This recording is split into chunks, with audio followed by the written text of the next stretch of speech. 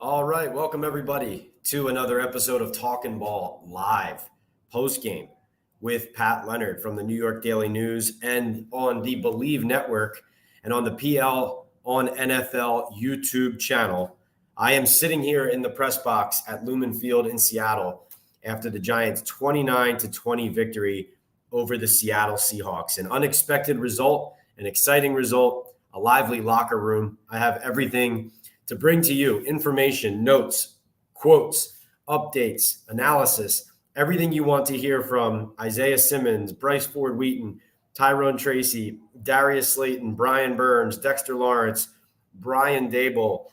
My main takeaway from this game, on the field, we have Daniel Jones, Darius Slayton, Tyrone Tracy Jr., and the offense making progress despite missing really their two top weapons as far as both production in Neighbors' case and usage in Singletary's case at running back. These are two players that the Giants have leaned heavily on. They did not have available for this game. Neighbors with the concussion, Devin Singletary with the groin injury. And yet, look at the production that the Giants get from the players who step in. Darius Slayton, 8 catches, 122 yards, and a touchdown, including the Giants' first 40-plus yard completion of the season, a 41-yarder down the right sideline. Daniel Jones, 23 of 34 for 257 and 2 touchdowns, no interceptions. Jones also had 11 carries for 38 yards, lowered his shoulder a couple times too, took a lot of big hits, and still made a lot of plays. Tyrone Tracy, I've been telling you guys this from the jump. I like this player. I like this draft pick. I like this player. Finally gets his shot after Eric Gray's goal line fumble there.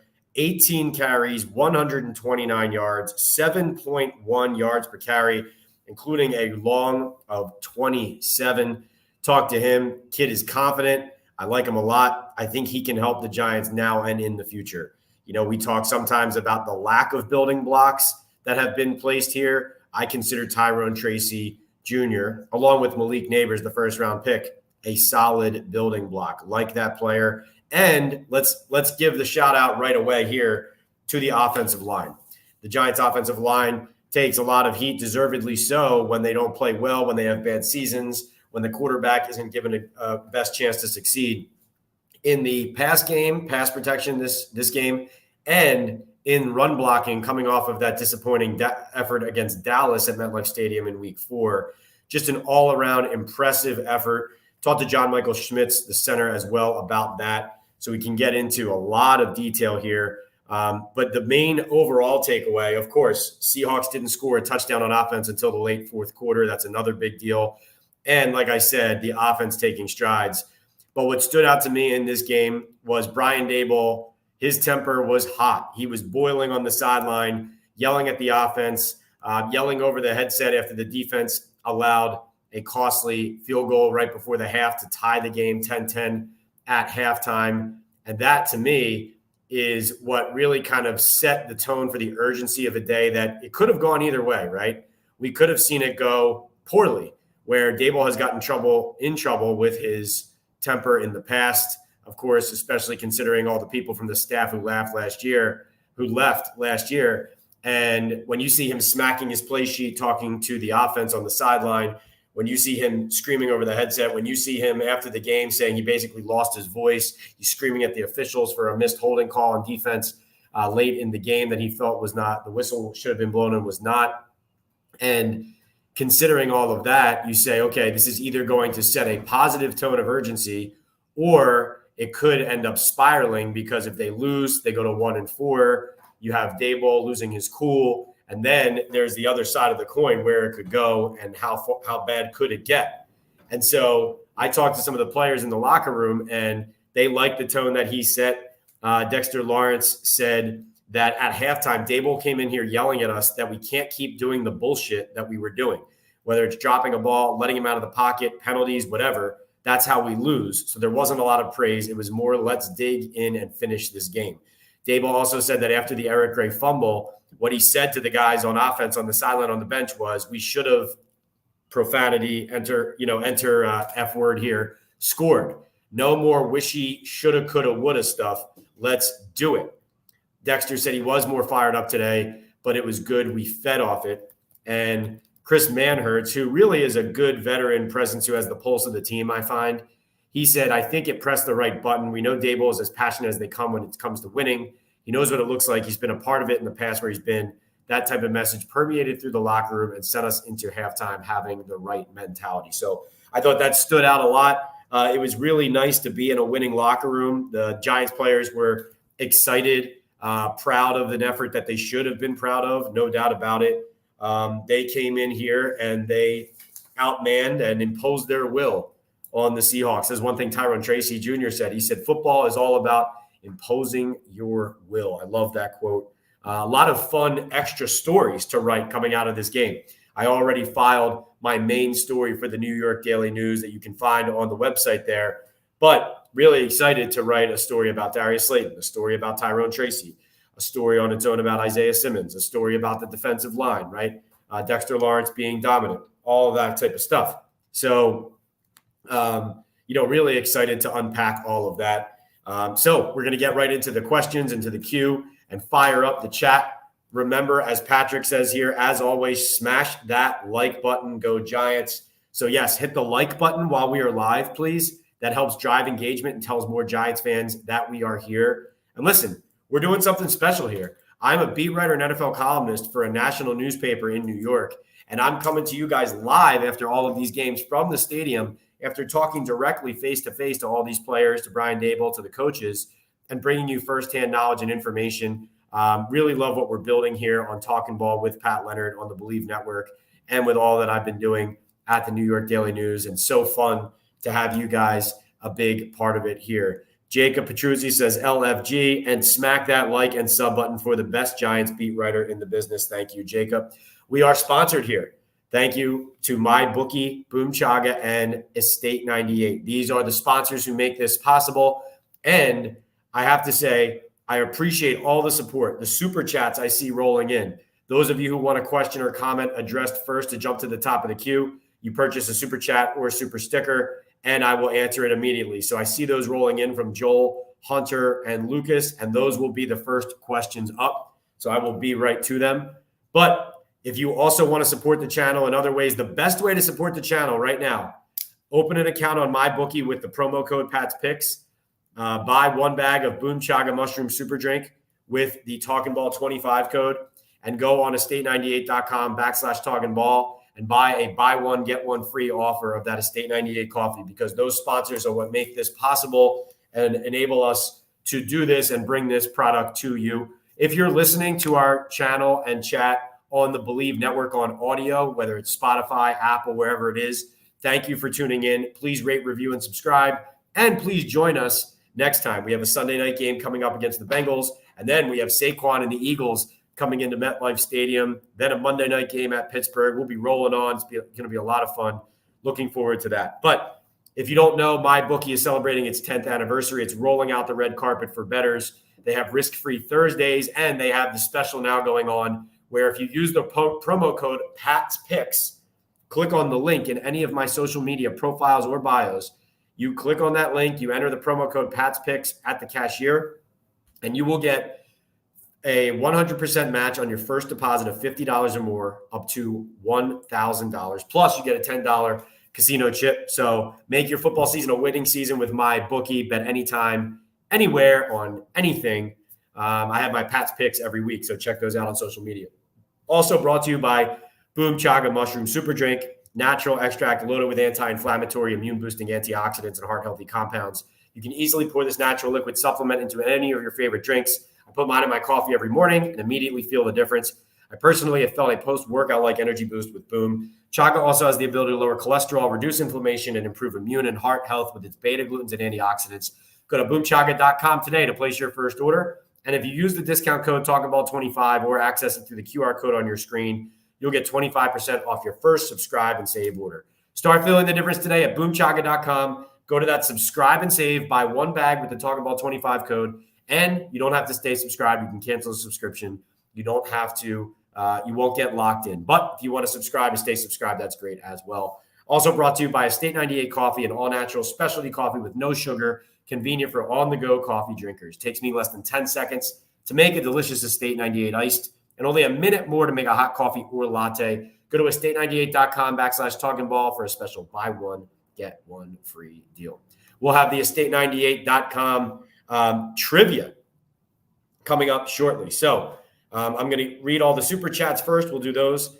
Then we will do the Estate 98 Giants trivia question of the day. Whoever gets that right in the queue first, you enter the comment, you enter the answer correctly first in the comment section, and you will win a free bottle of Estate 98 coffee. I have some about maybe the last two or three chats to send out in kind of Monday or Tuesday's rush. So you're going to get in on that. So we're looking forward to that. I'll find a good nugget for you guys. I've been stumping you lately on these chats. So we'll see if it's a little bit easier this time around. All right, let's get right in. Thanks again to Patrick and Jacob for kicking us off and telling us to hit that like button and please subscribe to the channel. Okay. Joel Lopez says, Pat, any major injuries? Nothing that came out immediately from the game. That was obvious, Joel. Don't have answers yet on Micah McFadden coming out of the lineup a little bit. My guess is with Darius Muasau coming in for him at times there. My guess is that possibly he's dealing with, let's say, managing the back that's been bothering him here and there. But he did come back into the game. But no explanation on that yet. And then Kayvon Thibodeau was down at one point, but he was in the locker room in good spirits. Nothing obvious about Kayvon and no update on anything severe or significant there. Daniel Jones took a lot of hits today and hung in. So, I know his toughness is not a new story, but I think that's really something that stands out when you watch him play in games like this is when he takes those big hits and even invites them and gets back up. But Darius Slayton actually said that's the only cringy part of his game. He said, I don't like it. I don't want to see it. I know he can do it. I don't want to see it. Stop doing it. Stay on the field. Stay healthy, right? So Hunter Keller said, thank you, Joel, for the chat. Hunter checks in with $5. Thank you, Hunter. He says, we need to cut Eric Gray yesterday. Also, you nailed it on the head, Pat. Tracy is a damn baller. Yeah, you know what? A guy like Eric Gray can make plays for them, right? But I think you just have to put guys in the right positions, if that makes sense. So in other words, I don't think Eric Gray is a kick returner. I also don't think Eric Gray is a goal line running back. I think Eric Gray on those screen passes, 18 yards and 19 yards on back-to-back screen pass plays, clearly excellent usage. He's a foot in the ground, one cut explosive runner in that regard. That's the player he is. And as you saw from the screen passes, he can make some guys. He really can have. He has that like burst of a jet engine, like real quick at the second level there to hit it and kind of hit a gap and make a play. But he's not a between the tackles goal line back, and he's not a kick returner. So, I say, first of all, yes, Tyrone Tracy is a dude, no doubt about it. And he's a better player. I mean, he should be playing. He's a better player.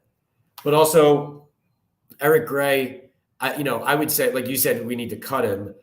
I say use a weapon like that in the ways that he excels and not, like, for example, Daboll referenced putting guys in the best position to succeed is what a coach's job is. And he said, like, he felt he and Michael Gabriel did that well for Isaiah Simmons and to scheme up that last play for the field goal block and Bryce Ford-Wheaton returns that for a touchdown. And in the same way they did it on that play and the way they did it with Eric Gray and the screen passes, you want to see them kind of adjust in all these areas and maximize, their return. All right, let's see. Lucas checks in with 10 bones. Thank you, Lucas. Lucas says the starting 5 offensive linemen have played every snap this season. We've never had that. Good point. Very good point. And John Runyon Jr. is doing it with basically like a huge brace around his shoulder that he injured in the preseason too. So I don't know what else he's taken for that, but that's a really good point by you. They're playing well. They're staying healthy so far, knock on wood. This was the best offensive line Giants performance all around we've seen in quite some time, as far as dominating in the run game and also protecting Daniel Jones well. All right, let's see. Patrick Evans checks in with $20. Patrick, thank you so much. Man, talk about supporters. I told you, man, you guys as a community, as viewers, as participants, as diehard fans, really, really, really appreciate that, Patrick. Thank you for telling everybody to like the channel. Thank you for reminding people to press like while we are live. And thank you for investing. Let's see. Franklin says, why isn't Isaiah Simmons playing for weirdest thing ever? Thank you for the super chat, Franklin. And Patrick also said, love the show, Pat. Patrick, thank you so much. Franklin, so Isaiah Simmons, actually, I talked to him at length about this, and I'll be writing a story about Isaiah. He said, this is so interesting. So listen to this. Isaiah Simmons not being in the defensive game plan, but having a huge role in this, what turned out to be game-winning play. He told Michael Gabriel, the special teams coach, hey, can you please give me a heads up if you know when we're getting close to possibly using this special teams field goal block play so that I can warm up, because he wasn't warmed up, because he wasn't playing. So what happened was he actually was warmed up anyway, because at the end, he thought he might have to go in on defense in the 2-minute. So he got on the bike and was riding the bike. And then even though he didn't go in on defense, his legs were warm and he was working on that jump and that release as he came onto the field. I will say this about that play. I think Dexter Lawrence held Tomlinson, the guard, down a little bit on that play, which is illegal. You're not allowed to do that. It was funny. I asked Dexter, I said, are you allowed to hold down Laken Tomlinson like that? And Dexter smiled at me. He said, I didn't hold him down. But, I think what you saw is Tomlinson also went down himself initially. So I think that's the reason they didn't call it on Dexter, was because Tomlinson, that's where he directed the momentum of his body. And so I think that's why they didn't call it. But Isaiah Simmons, the reason he doesn't play more is because I don't think they have a true sense of how to use his strengths and conceal his weaknesses as well as Martindale did last year. I do think they understand what he does well. I think, though, that for them, it's easier to put a true corner to defend the pass and preferable, or to put a run-stopping linebacker on than to put Isaiah in one of those spots over one of those players. Now, what Martindale did well with him is he used him as a blitzer often and to create pressure, which is something Shane Bowen has done at times. And then Martindale also used him to cover running backs on third downs, which is something that he could do well because he could run with them. And then he also has more length than most of the running backs he was defending.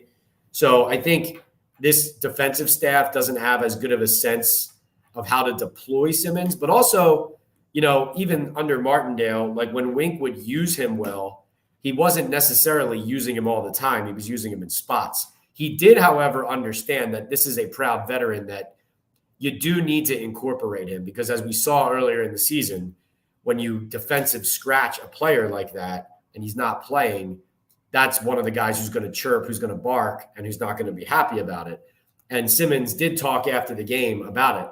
He said that what hurts me, he said, is that I feel like I can make explosive plays like that throughout the game if I play more.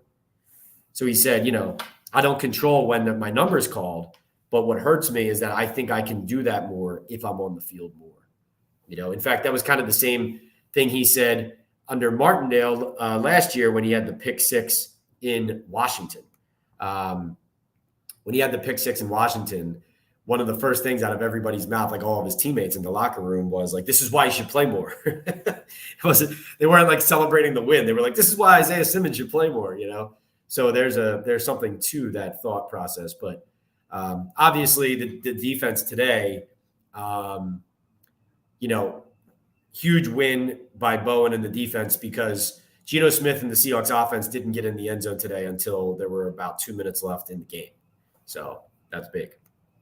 No Mets, no Nets, no Jets, says, with $5 checking into the chat. Thank you so much, No Mets. He says, hey, Pat, Tracy should be running back 1, right?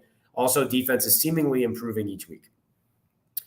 He is RB1, is he not? I mean, as far as his skill set and his ability. I mean, I know Singletary is a veteran, and I know that, Daboll trusts him.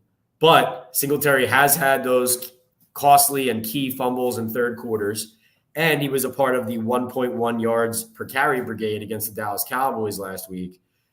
I think if you're using your eyes, and this is a good example, and somebody alluded to it earlier. Who was it? Hunter said, Pat, you nailed it on the head that Tracy is a baller. This is I'm not to pat myself on the back or to my own horn, but this is the kind of thing I think you guys can get here that sometimes maybe you're not able to get in other places as consistently and regularly. Is I think that I've been telling you, anyone who's been watching this show and listening to this podcast every week hears me say that, hey, when I watch practice or when I talk to players, like Tyrone Tracy Jr. is a guy everybody likes a lot. He's a guy I think should play more. I think he should be and will be possibly a bell cow. Like I saw this coming. I thought he was going to have this big of a game earlier, honestly. I'm not going to say I thought he was going to have 100 and, what did he have? 129. I mean, 129 yards and almost eight yards a pop. That's really something. But, I thought that all he needed was usage and we would see production. Yeah, so like I was talking to some teammates in the locker room, like they were saying he's got, like Chris Manhurt said that he's got juice. That's something I think I was talking about, some wiggle and some juice to him when we were discussing Tracy's performance, even in practices in August, in the preseason, in training camp. And Tracy is a bigger guy. I think I told you guys the story before that Tyrone Tracy Jr. told me that he ate, he used last year when he converted from wide receiver to running back at Purdue, he started eating with the offensive linemen. And so he was eating the types of meals that the O linemen were eating intentionally to put on muscle and weight and mass. And, you see the result. He's not exactly easy to bring down. Franklin says, we're playing Muasau over Simmons, which is crazy/dumb. Yeah, I don't, that's definitely, there are decisions like some of Eric Gray's usage, that decision in a moment like that. But again, Franklin, I'm just explaining to you, they consider an inside linebacker, Muasau, like a better run-stopping player than Isaiah Simmons. Now, there were plays where he was on the field and then they send the running back out wide to run a route. And now you have Darius Muasau playing pass defense on that running back instead of Isaiah Simmons. That's you want to avoid that, right? Wouldn't be my call. But again, sometimes you just see draft picks play over guys who aren't draft picks. And I think that's one of the things we're seeing there. D-Kit says, well, Pat, D-Kit, what's going on? Always support the channel. He says, well, Pat, can't remember the last time the Giants played so well against a quality team on the road and won. It might not have been pretty at the end, but I can't be more pleased with the performance. No, undoubtedly, D-Kit. I think that's really well said. I think you make a really good point about them. Just like, doesn't it feel good to walk off the field or sit on your couch right now or sit at your desk, or if you're on your phone, on your way home from somewhere, doesn't it feel good to say the offensive line played well, Daniel Jones played well, the offense made good plays, the defense held the Seahawks out of the end zone until the fourth quarter. And listen, you don't want to still be biting your nails at the end of these games. You want to feel better about how you finish. But when you can say all of the things that I just said about a performance by a team, and let's be honest, they were physically imposing today, the Giants, in a lot of ways, especially on the line of scrimmage on both sides of the ball. And that's the way they're built right now. They're built to try to and want to and need to control or dominate either or both of the lines of scrimmage in order to impose themselves. And, like the way that they had that long drive at the start of the game. So Eric Gray fumbles the ball and the Seahawks return it for a touchdown. But the way that the Giants ate 10 minutes off the clock with that drive, which keeps the Seahawks offense off the field, right? Like, that's the way the Giants want to play. They want to hold the ball. They want to kind of make it almost boring for the other team, but in an efficient way.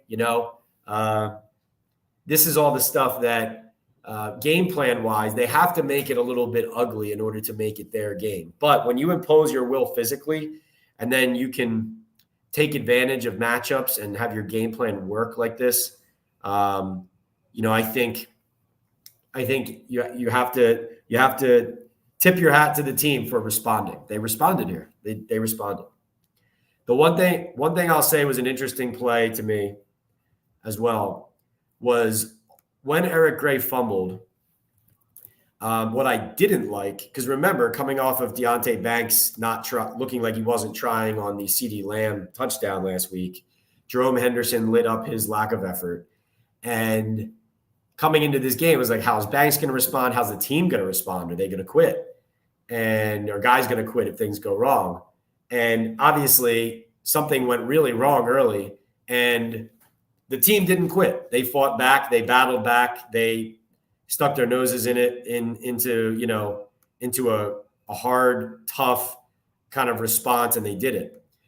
But on that play, at first, I didn't love that when the Seahawks, Rayshon Jenkins returned that fumble for a touchdown, 102 yards, only one Giants player chased him the whole way on the offense, and that was Chris Manhertz, the tight end. So at first I thought, that was kind of, I didn't like seeing that, right? It was only one guy chasing. A handful of guys, including Andrew Thomas, Daniel Jones, a couple others got out towards like the 40 or midfield, but that was really towards the end of the play too. So I'm saying, I want to see more effort. I want to see more in that regard.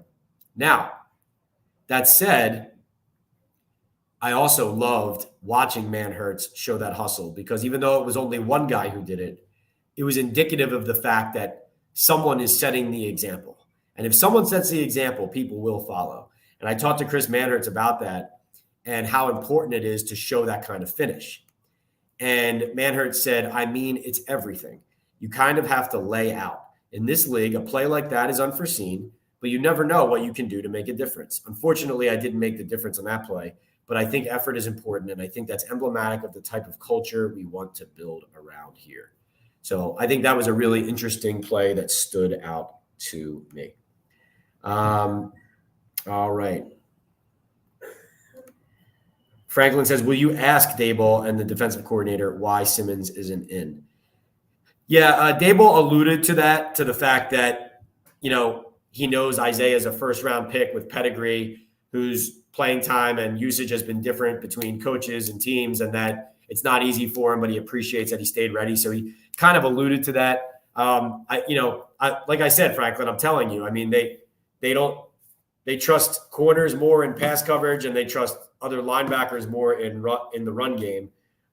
It takes creativity to use an athlete like that. I don't think this defensive staff, they are evolving, and you're seeing them, create pressure and do more now. But, Martindale was a very experienced defensive coordinator employing Simmons in that scheme last year. And in spots, it wasn't like he was playing all the time always, but, that usage was different than you see now. And so, Shane Bowen's a younger, less experienced coordinator who's learning in his first season with the team.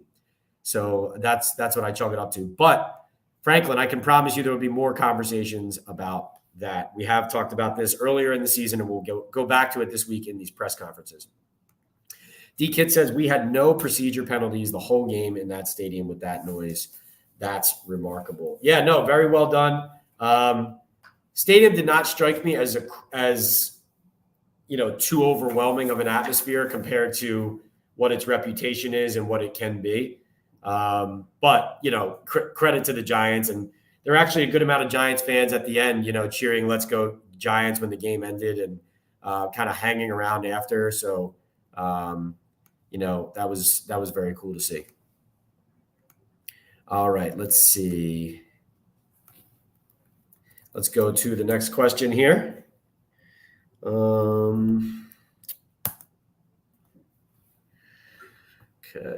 who is checking in with us? Thank you so much, guys. We have a lot of numbers in the chat. Listen, we need some W's. The last post-game chat after that Dallas game, I know it was late at night, but even like this past week as we did our Talkin' Ball lives and we were previewing the game, I know baseball's going on. It's playoff baseball. People are excited, but God, there was just not a lot of energy for the Giants during the week leading up to this game. And you could feel the apathy setting in a lot of parts of the fan base in reaction to how people were kind of talking about the team and treating them. And, that's the worst thing that can happen is that people decide this isn't even worth talking about, right? And so I think I can feel your guys' enthusiasm and excitement. You need results sooner or later. And Giants are 2-3 now. They need to keep doing it, though. As Daboll said about Daniel Jones, he said the quarterback played well again. And I think the exact quote was, he said, we're going to need him to continue to do that. All right. So Jacob says, did we find our running back one in Tracy? How did Banks do today? Is it crazy for me to say we have a top 10 O-line? His Neighbors or Motors injury long-term? Neighbors looked like in better spirits on Friday. I did hear that he was having symptoms into the middle of last week. So then like Thursday and Friday seemed like his first 2 progress days. So that really could mean like the first 2 days since symptoms stopped. So hopefully he still doesn't have any symptoms coming off of late last week. And then that would indicate it's not longer term, but we will see. It's a concussion. You never know. Motor Singletary, I think, clearly, with how Tyrone Tracy just played, I mean, you don't want to be shorthanded at running back necessarily, but I think, if it requires an extra week, it requires an extra week. Singletary was inching towards trying to play. He couldn't go. But since he was trying this week, I think there's a good chance he'll be questionable for next game and maybe end up still dressing. Patrick says, we did find our running back. He just needed a chance to play. Iconic says, can you ask if Hyatt is in the doghouse or if Jones was told not to throw to him at all? Why did the organization draft him if not going to use him? So let's take a look at so Jalen Hyatt, not targeted in the game. He played, I can tell you his snaps here in a second. He played 48 snaps, so that's 67% of the offensive snaps, and he did not see a single target. No, he's not being told not to throw to Jalen Hyatt. I think that Jalen is – listen, the scouting reports on him pre-draft in certain respects were spot on as far as concerns with his route tree, what he was asked to do at Tennessee versus what he needs to learn to be able to do in the NFL. Like Darius Slayton's a better all-around receiver and route runner. Also, Daniel Jones is more comfortable with Darius Slayton. That is a 100% lock. Players told me that. Hyatt said that when he did an interview about a week ago, on camera. Jones and Slayton have that rapport. I mean, no targets to Jalen obviously is interesting, but I think it had more to do with them liking the matchup that they had with Slayton, especially when they had number 22 Seahawks corner there, Trey Brown. He had a really tough day. They were picking on him a lot. But, yeah, I mean, you want to be able to spread the ball around and trust a receiver. So interesting that he was not targeted for sure. Something to continue to dig into. It's like we've talked about every week. Slayton and Hyatt, you kind of go back and forth on so wait a second, is Darius Slayton going to be the deadline trade if the Giants are out of it? And then Hyatt is going to be a guy they try to elevate and move into a bigger role? Or is Hyatt the odd man out actually? And now they're 2-3. If the Giants are hovering around 500, then they're still competing. They're not trading a guy like Slayton. So then is Hyatt a casualty, or does he just stay on the roster and he's not used much? All of that thing, all of that becomes a question. Ken Peters says, amazing what a fixed offensive line can do for a quarterback. Whatever Basillo is paid, the Giants should double or even triple it. I think once Daniel Jones can get his deep ball timing with Neighbors down like he has with Slayton, let's go. Yeah, I think they do protect the line a little bit by not – like they didn't take a ton of deep shots today. They took some, but they're calculated. They try to be efficient. They don't want to set Daniel up to get smoked in the backfield, and they don't want to hang the O-line out to dry. One thing that was noteworthy, though, in this game was a lot more 11 personnel from the Giants in this game. Clearly felt a couple things. Number one, they definitely were picking on the linebackers of the Seahawks early in the game. Screen passes to Gray. They even used Theo Johnson a little bit in the past game. He had a season-high 22-yard catch on the first touchdown drive to set up Wan'Dale Robinson's TD. And they were picking on them early, but I think spreading the Seahawks defense out helped them in the run game, helped them in the pass game. And it got like the Seahawks, Tariq Woolen ended up leaving the game, and the Seahawks were about a corner short this whole game defending the Giants in the pass game. In fact, if Neighbors had played in this game, he would have gone completely off, and so would have Slayton, I think, because I think they really would have had trouble defending, let's say with Hyatt being a guy that Jones isn't throwing to, that would have just been another player that was getting fed the rock often. But Ken, to your point about the offensive line, playing 11 personnel, less max protect, and then to your point, encouraging how they held up, how they fared. The final numbers are Seahawks had 3 sacks and 5 other quarterback hits. And let's see what the pressure rate was from Next Gen Stats. So pass rush, Seahawks pass rushers, more pressures than I realized. So Seahawks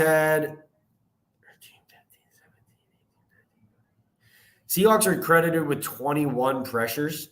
That's a lot of pressures compared to what I thought they had. Sometimes those things can happen on the same play, though. Like if 3 guys are chasing Daniel Jones, that can count as 3 pressures on a play. Let's see, the Giants defense at 13, 18, 20, 22, 24, 25, 26, 27. So 27. So comparable pressure rates for both sides. But listen, what mattered most was in the running game to me. Pass game, that's encouraging. But like I said, they protect them a little bit in the pass game by trying to be efficient and keeping it short. But credit to them, obviously, they were non-functional as an offense last year, in part due to the line. But John Michael Schmidt said, we found we focused more on the details and on our execution. We knew it was an area that we had to focus on in the run game. And he said, in the run game, you look at those 3 and 4 yard carries early in the first and second quarter, you start leaning on them and they can turn into big and explosive plays and explosive runs. We're proud of the effort and the mindset that we had today. So that is, that obviously deserves to be pointed out. Interesting note, when they went jumbo on the goal line, Josh Azudu comes into the game as the extra lineman. So even going jumbo on a run play, Evan Neal not in the game. Joe Winograd says, so ready for Pat to eat his take on the Giants this week. But anyway, we got to win. Let's go. We dominated the game and almost lost, but found a way to win. Thrilling. Hey, Joe, I'll admit I was wrong. Of course I was wrong. How could I not admit I was wrong? The Giants, they surprised the Seahawks. They surprised me. They surprised a lot of people today, and it was an exciting and encouraging win. No doubt about it. I took it on the chin today with my prediction, but I gladly will if it means exciting winning football. Brett says, big boss, Giants were pissed just enough. Let's see. Michael says, hey, guys, what a downer start with that fumble. Then that great play by Simmons to block a field goal attempt. Giants just don't make it easy on fans. Yeah, listen, when the Giants gave up the touchdown to Smith and Jigba and then the Seahawks got the ball back after stopping them, I think everybody was wondering, is this really happening? Like I put out on social media on X, my account there is P Leonard NYDN. Are they going to win or lose? And a lot of people knew exactly what I was saying there. It's like, here we go again, is how it felt like. You just love that they make a play in that moment because, listen, it goes differently season to season as well. There are some seasons where it feels like things are going against you as a team or as an organization or as a fan base. It's just like nothing's going right. And then there are some days or seasons where you just feel like you're getting the breaks, some of these years where the Giants have lost on last second 63-yard field goals and stuff like that, or remember Dexter Lawrence jumping off sides on the missed field goal in Washington.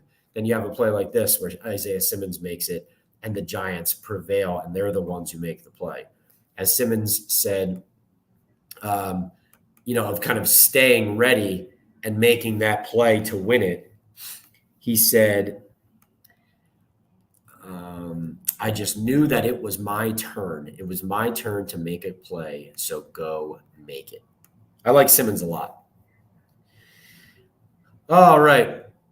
Hunter says, does Daboll hate players on social media after games?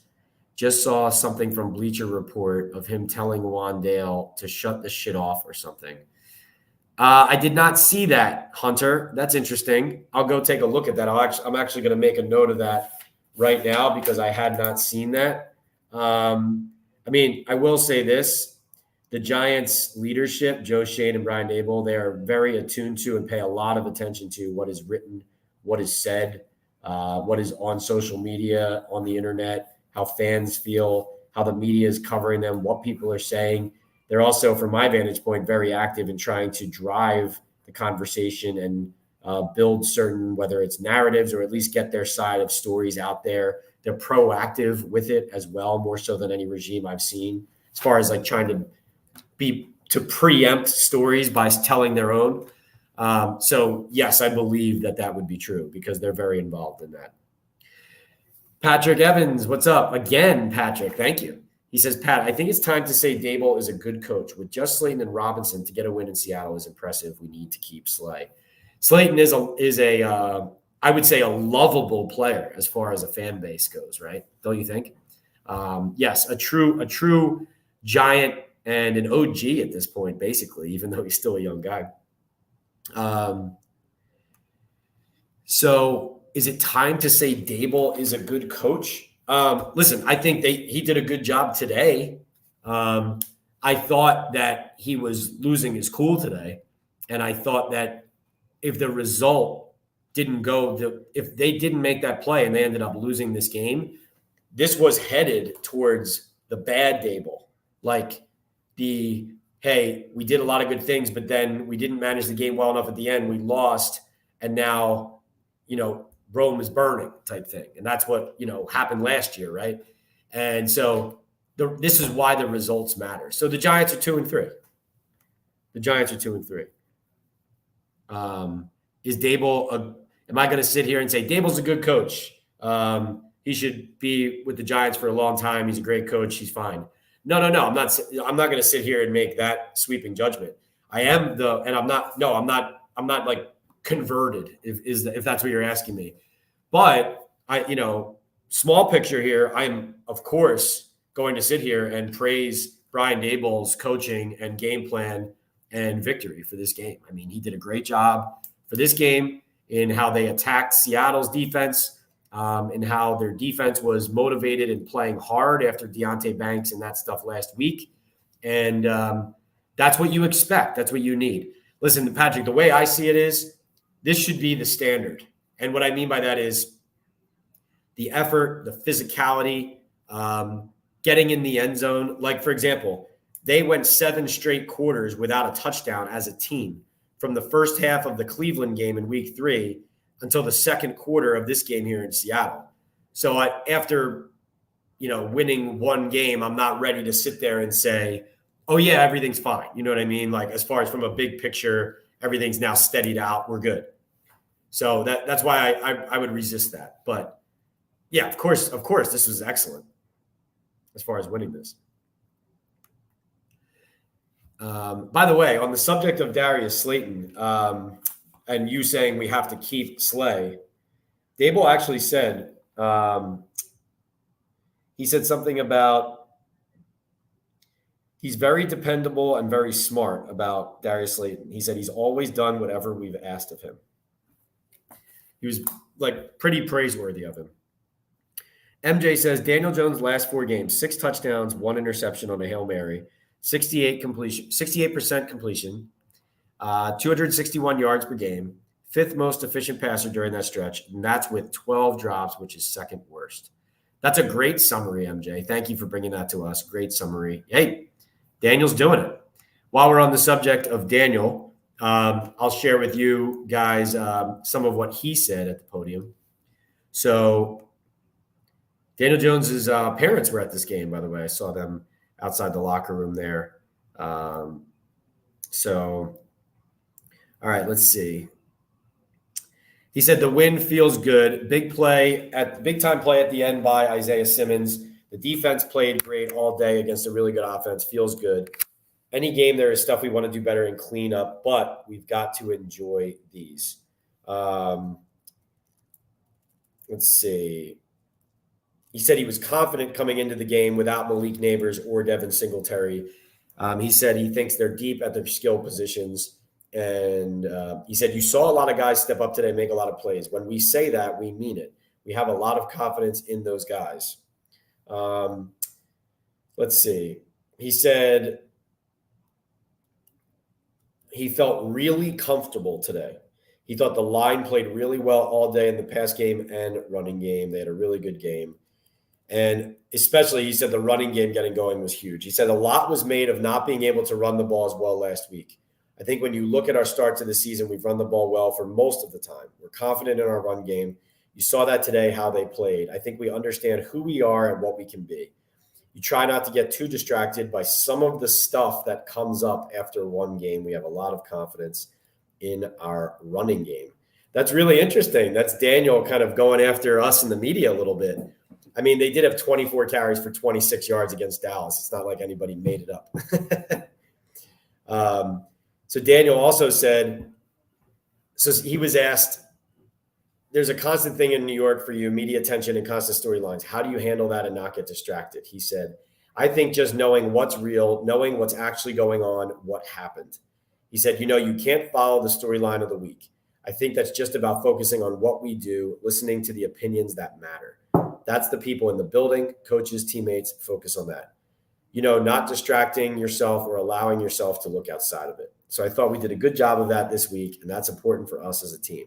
But always be a story of the week or a kind of idea that's out there, and it's our job to know what's real and fix the problems that are real and also to ignore the things that aren't. Very interesting. Spicy Daniel Jones. Joe Winograd, thank you, Joe. Joe says, I feel that year 1, we were as good as we could be. Year 2 was the worst possible outcome, with this year splitting the difference. It's early, but more to take away from this season, in my opinion, especially with rookies. Yeah, you want to just keep seeing it build, right? Keep seeing it build. And Joe, thank you for that $10 super chat there. Really appreciate it. All right, let's get back to the queue here.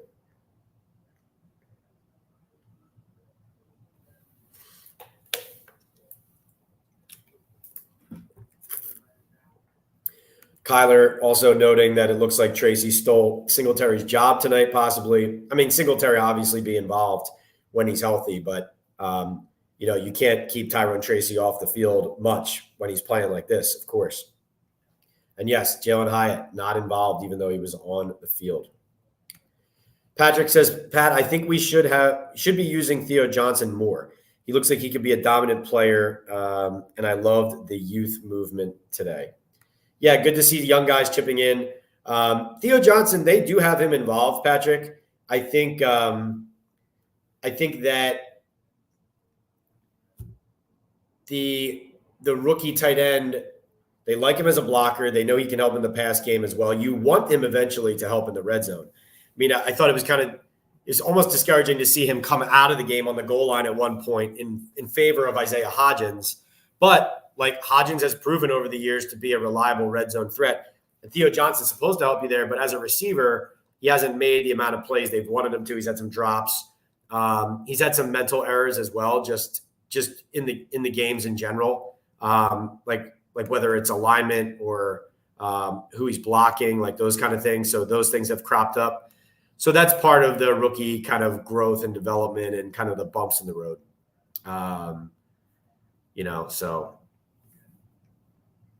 let's see.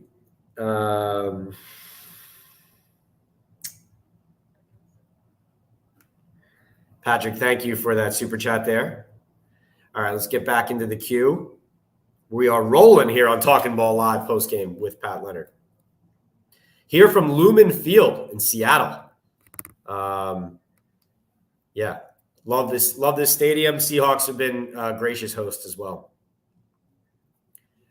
Hunter says Tyrone Tracy is a goddamn stud. Wow, does he have some burst, and he's shifty as hell. Michael agrees he's impressive. Just wish they had a spy on Seattle quarterback. The 35-yard run never should have happened.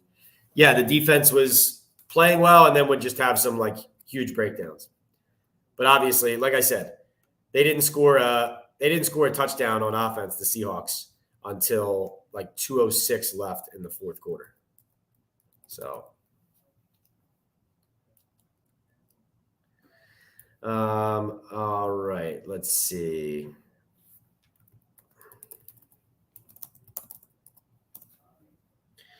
We've got Kyler says, Flott has been playing not too bad last 3 games. I got to hit you up once I won last week. Since I won last week. Oh, yeah, on the estate. Yeah, you won the Estate 98 coffee trivia question last week. So, yes, you have to direct message me your address so I can send you that. He says, I worked too hard and the Giants stressed me out, so I forgot. Hit that like and subscribe. Thank you, Kyler. And, yes, please send me your address.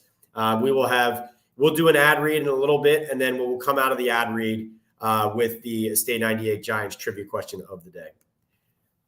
Jake says, not expecting to see any columns from Pat trashing Daboll and Shane this week. Jake, why would I write a column trashing the GM and coach after the team played really well and some guys looked good? You write a column criticizing a team for mistakes and concerns and miscues and issues and management and bad drafting or whatever. All those things can still be true and still relevant. Like, it's a full picture, Every week's different. Even Daboll said it after the game. He said, listen, we win this one. He goes, it's great, but now we got another tough one. We got an explosive offense in Cincinnati coming in that we got to prepare for. So Jake says, if Hyde isn't going to do anything more, I'm more than fine trading him. I don't want a 6 or 7 in return, though. Todd says Singletary just got Wally pipped by Tracy. Jonathan says, I know Daniel Jones has been playing well lately, but the Giants can't fall for the banana in the tailpipe, right, and bring him back next year. I just don't trust he could do it again and stay healthy. We'll see. Got to give him credit for today. Todd says, great win today. We should be 4-2. Yeah, you can't do that, though. These games are coin flips either way. Like today, the Bills-Texans game, the Bengals-Ravens game, the Jaguars-Colts games, like all of these games are decided by final play, overtime, coin flip stuff at the end where you say, hey, one play here, we should have won that game. So the results are what they are. Like, for example, here, the Giants had a strong performance at the end, looked like they were starting to maybe cough it up. Maybe it was going to slip away. But what happened? They caught it. They made a huge play. They won the game, so they deserve to win it. Can't sit there and say, well, like if you're a Seahawks fan, can't sit there and say, well, the Seahawks technically should have won the game, but, there was a freak play that happened on the kickoff or the special teams and on the field goal. No, you can't do that. Patrick says, I think Daniel Jones is doing well. I still think we should draft a quarterback. Remember, he has an injury history. Yeah, it all goes into the decision-making process. But I can tell you, if Daniel plays the way he played today, like throughout the rest of this season, then he's their quarterback. You know what I mean? Like, the Giants ownership feels too strongly about him to bail on him with something like that, Like, if he plays like this, he ain't going anywhere. Hirsch, great to see you. Hirsch says Cam Ward and Jalen Milroe both have much higher upside than Daniel Jones. James says Daniel Jones has played great this year, minus the Vikings game. Barb says dimes, and what an ending. Wow, Isaiah Simmons. Eric says I wouldn't mind Travis Hunter as our CB1 and wide receiver 3. Top 5 pick, says Hirsch. Tracy needs to be the number 1, says Barb. Hirsch says the true MVP of the Giants is Carmen Brasillo, the O-line coach.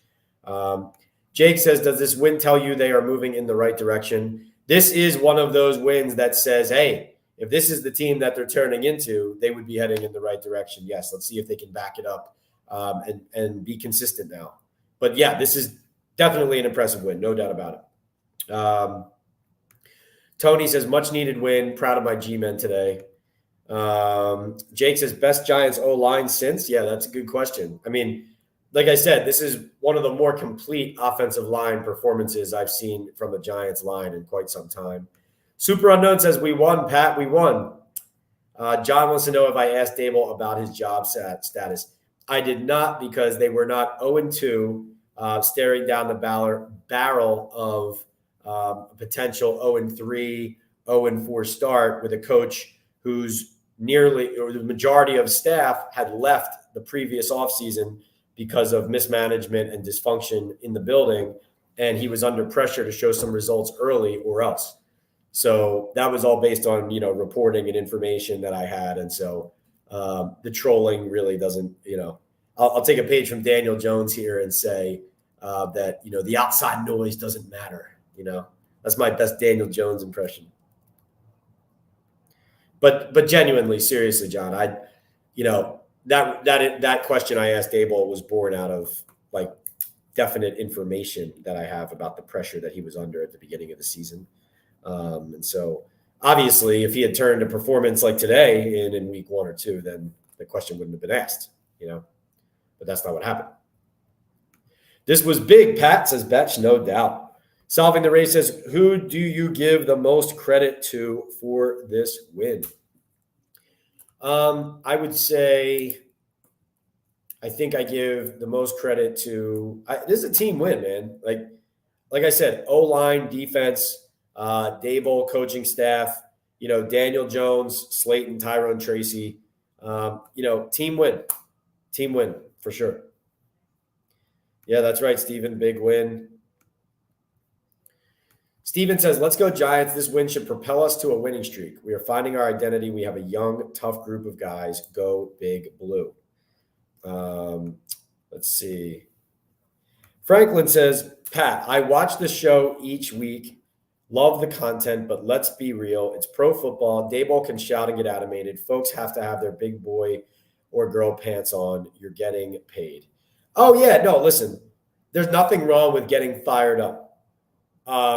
Daboll's history, though, is that he gets fired up in a finger-pointing way, and especially in regards to how he handled his staff in the past, it obviously has led to problems. And so that's something that he has worked to get control of and keep control of. But today it was coming out as there was a lot of urgency, because if they had slipped and lost this game and fallen into a 1-4 hole, looking at the Bengals, Eagles, and Steelers coming up, that would have been what it looks like, which is a scary proposition for Daboll and his future and for the Giants this season and beyond. And so, I think that there's nothing wrong with showing intensity and having urgency. It just has to be coming from the right place and done in a constructive and in a constructive way rather than in a way that tears down. If people know that you're coming from the right place and that your intentions are good, intensity can be received very well. It's when people are doubting what your intentions are when it's a problem. But yeah, for sure, these are professionals. I mean, they should be able to take some sternness now and then. And, let's be honest. Sometimes coaches are losing their minds over something because they've worked on something, let's say 50 times in practice, or let's just hypothetically say that, they've told Eric Gray now 75 times how to protect the ball. And then on the goal line, let's say maybe he fumbled because he didn't heed their advice that they give him every day. That would be maybe a reason why a coach would lose his mind. To be like, is this the thing we talk about every damn day? Right? So Vincent says, I want to hear your opinion on where you think the Giants O-line ranks across the league. What a dramatic change from last year. Yeah, somebody asked earlier if they're top 10. I mean, if they run the ball well, like the Dallas run game, like, you can't. So like Daniel Jones said, hey, we've been running the ball pretty well. I mean, they've had 2 games, the Vikings game. So they've played 5 games. They've had 3 where they've run the ball either okay or well. And then they've had 2 games where they didn't run the ball well at all. So I think the way I see it is if they can run the ball this way, or they even run the ball fairly well in a lot of these games, then I think you're talking about a line that looks like it could be, a top 10. It's definitely top half of the league for sure, at the moment with how they're playing. But what I'm saying too is if they're running the ball pretty well or even just efficiently, then that's definitely a well-rounded O-line, because I think they're pass protecting pretty well in general, even if sometimes they're getting help in some of the games with a heavier personnel, 12 personnel. I think if they're running the ball consistently, though, that makes them a true, higher tier offensive line right now. Guys, I'm going to pop the MyBookie link into the chat as we talk here right now. So use this link and the promo code Pat's Picks for 100% match of first deposit, minimum $50 up to $1K plus a $10 casino chip.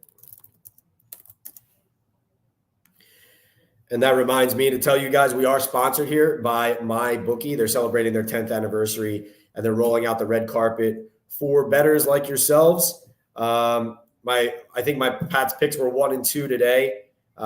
Hit on the Vikings covering against the Jets, and then the Buffalo Bills came up short and killed me, and then obviously the Giants wrecked my pick there as well. Shoved it right back in my face. And looks like Daniel Jones is doing a little bit of that to us too. So, hey, we deserve it if we're wrong.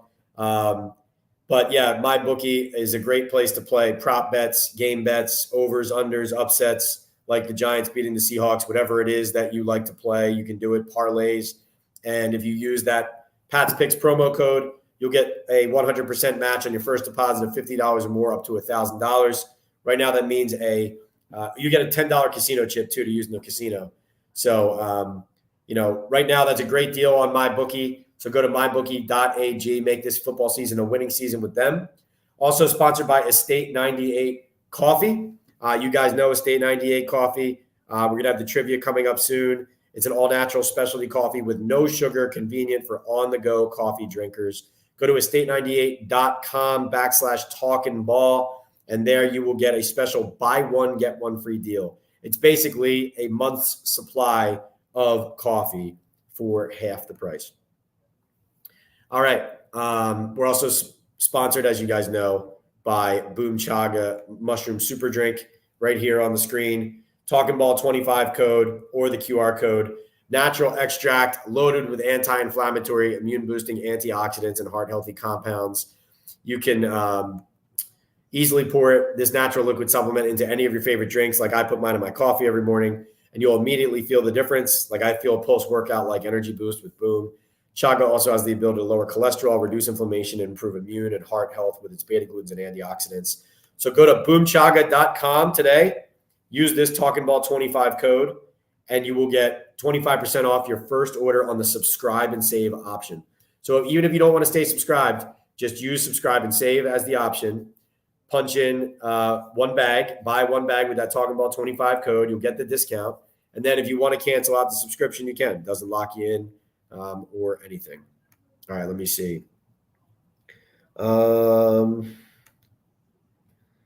Okay, Elias, what's up, Elias? Great to see you. He says, hey, Pat, big win. Is the vibe in the building confidence that they're improving?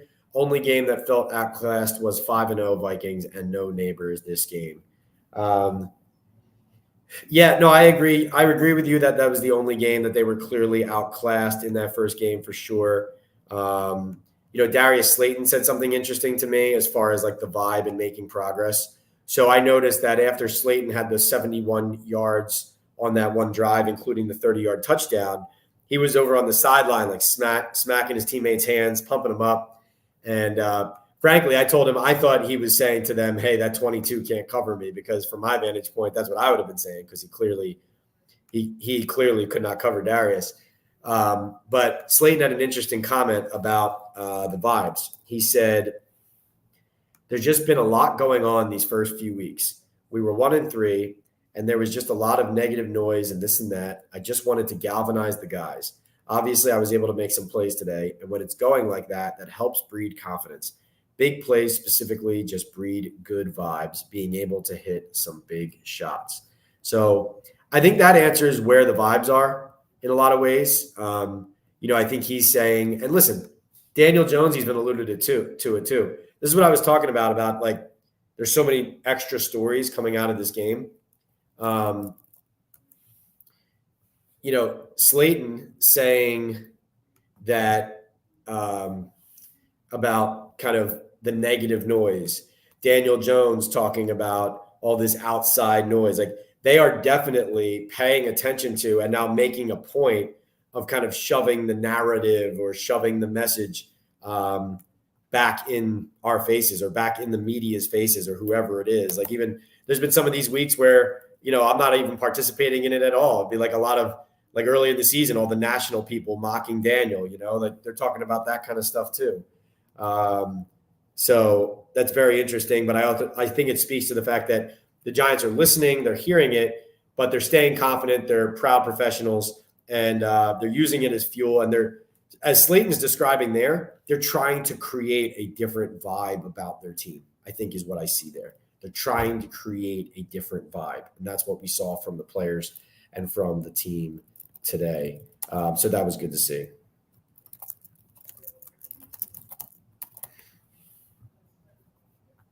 All right, let's get to the next question. Thank you so much, Elias, for checking in. Elias, another very loyal participant and diehard Giants fan. All right, chat is cooking tonight. Let's see.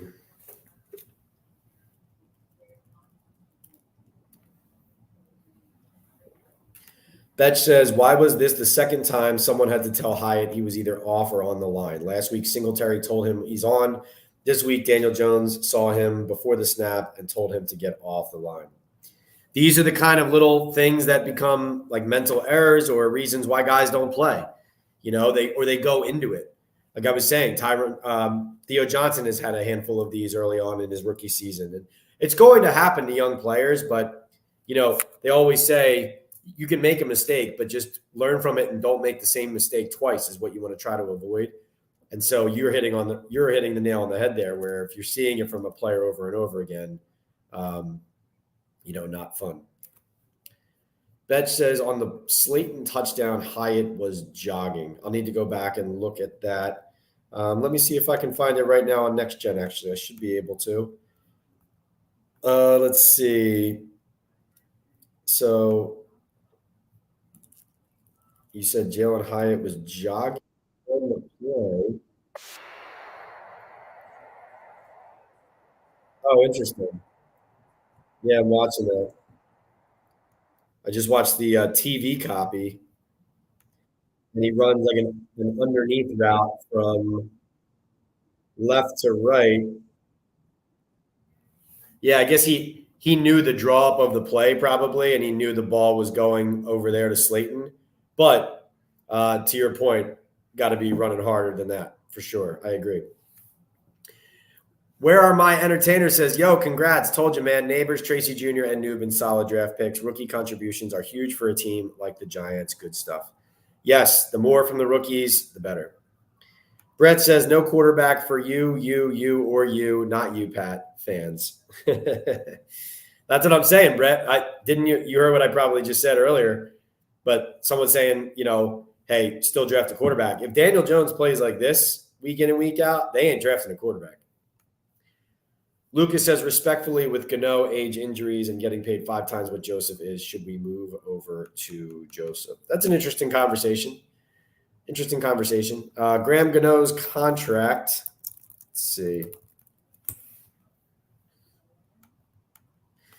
Let me see what his money looks like this year. This year, the dead cap is, they take a hit if they were just to get rid of Graham Gano at this point. But next year and in 2026, like if you cut Graham Gano after this year, you would have 2.5 million dead money, 3.1 cap savings.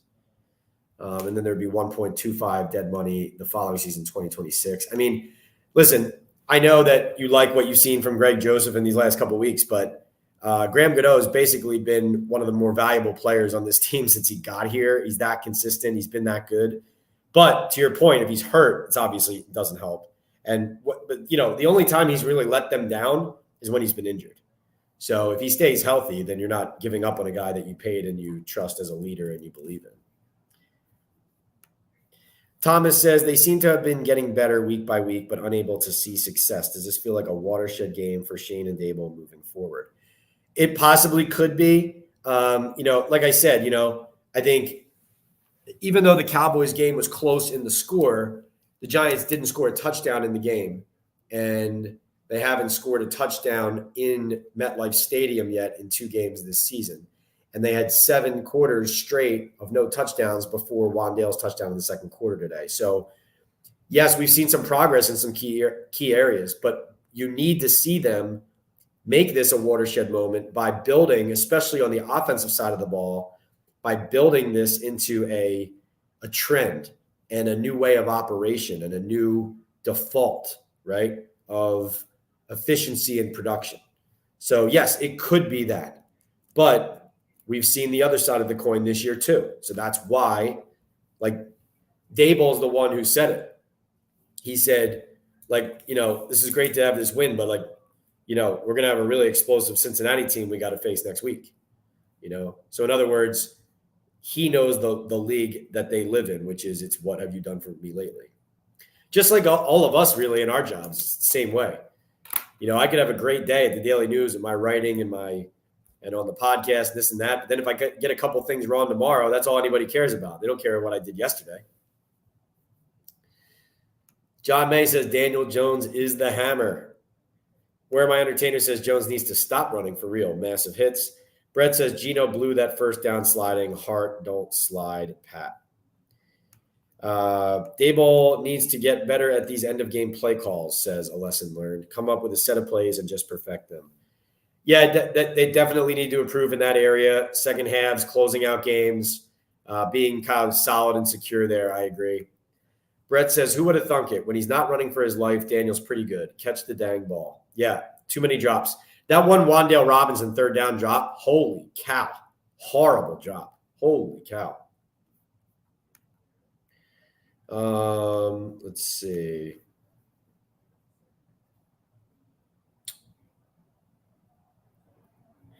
Mel's looks like he's fired up. Great to see you in here, Mel's. Intel says, I give Daniel Jones credit, but I still won't be a quarterback in but you still want a quarterback in 2025. Optimal says, walk in Yo Trap and take over Yo Trap. Smoking that Seahawks pack all week. Love it, Optimal. Brett M says, baby fat Davidson coming through. Dex gave them problems all game. Yeah, Dex had quite a game. Evan Neal, has he taken a snap all year? You say, no, he has not. Let me double check. I didn't miss anything today. No, yeah, he did not play a snap again today. So he has not played a snap all year. Mike says, we're clearly an away team as of now. We haven't scored a touchdown at home yet. Yes, exactly. Thank you for saying that, Mike. Maybe a little bit of, I remember I covered the President's Trophy winning Rangers team in the NHL years ago. And the Rangers were not very good at home that year, but they were like a us against the world team. They would go on the road and they thrived under that nobody believes in us kind of attitude. And when they had less pressure on them from the home crowd and they were able to apply the pressure on the opponent and on someone else's crowd. And so that could be what we have developing here. You guys are kind of helping me craft a story for early this week about the Giants and how they're functioning and operating, with their backs against the wall, and also with Daniel Jones kind of sniping the media a little bit.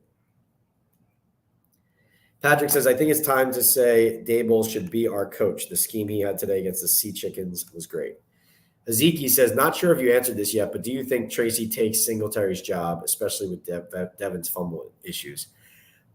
I think he's definitely, obviously, going to eat into Singletary's share of workload based on this performance.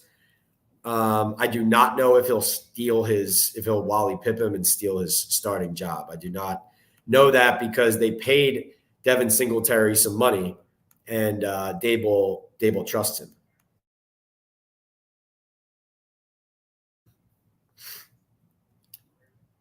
Mike says, DJ played so much better this time against Seattle. Yes. DS wants to know if Simmons can be a third down linebacker. Yeah, that's how they've used him in the past, basically. But they're using him less like that now. Adam says, not the biggest Daniel Jones fan, but for the first time in his career, having a solid O-line, I feel like we're actually seeing real development. Michael says, oh, yeah. No, you were answering the O-line question. Yes, they all have played every snap this season, the O-line. Joe says, so what you're saying is that we should let the opposing team fans fill the stadium to feign that atmosphere of an away game? Yeah, right.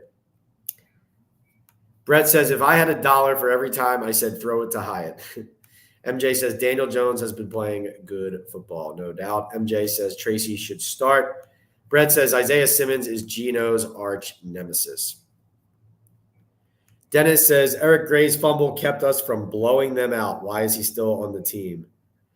You can't be using him in that role for sure. Brett wants to know if Evan Neal can play D-line. That's funny. By the way, I will say this. Nacho, Raheem Nunez-Roches, he had, what did he have? 3 tackles, a half a sack, quarterback hit, pass defended. Much more active than he's been in the past. Heard his name a lot over the loudspeaker.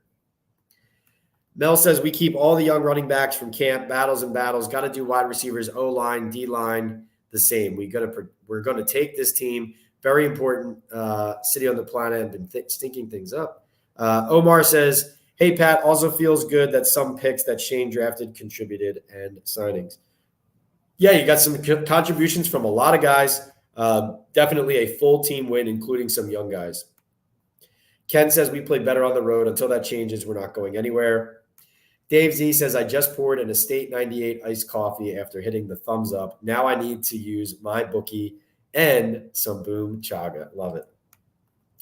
Barbara says, oh my God, Pat, at least Daniel Dimes is better than Geno Smith. Jay Wordsman says, DJ Davidson definitely began his day with some Boom Chaga, as I do daily. Listen to that. Jay uses Boom Chaga daily. Jay, how does it make you feel? What does it do for you? I'd be curious for you to know, get a little testimonial going from you. Would be really interested in that. All right, let's see. Thank you for plugging Boom there, though, and thanks for using it and purchasing it with the Talkin Ball code, Talkin Ball 25 there on. It's right here on the screen, guys. Talkin Ball 25. You can use the QR code too. Notorious says the play calling made a big jump today on offense and defense. Got to give credit to Daboll and the staff. Definitely. Brett says, good job, Meatball. The red zone calls were iffy, but I'll take it. Diaz says, we win when Gray spots team 7 points. Yeah, exactly. Why are you so upset with Eric Gray? Every time he gives the other team a touchdown early, the Giants win. Dennis says, DJ Davidson hustle all day, made the tackles that came to him. Barbara says, I told you Slayton was far better than Hyatt. Yes, you did. Justin says, hey, Pat, what was the vibe in the locker room postgame? How much confidence do you think this team is getting being such a young team? Confidence is high. I mean, Tyrone Tracy said he could see basically in the Seahawks' eyes that they were wearing down against the run. That was interesting. I thought that was very interesting. Let's see. Bryce Ford Wheaton was funny. So on the broadcast, they pointed out that Ford Wheaton should have gone down after recovering that field goal instead of returning and scoring, to run out the clock. And Ford Wheaton said, yeah, but I needed that. Meaning like, yeah, I know, but I was going to get the touchdown. He goes, I needed that. I saw the end zone and nobody behind me. And I was going to take it basically. So that was fun. A funny comment. One person who stood out to me was Dexter Lawrence. Dex, he said, like, he was asked about what they did as a defensive line to, battling and creating pressure against the Seahawks today.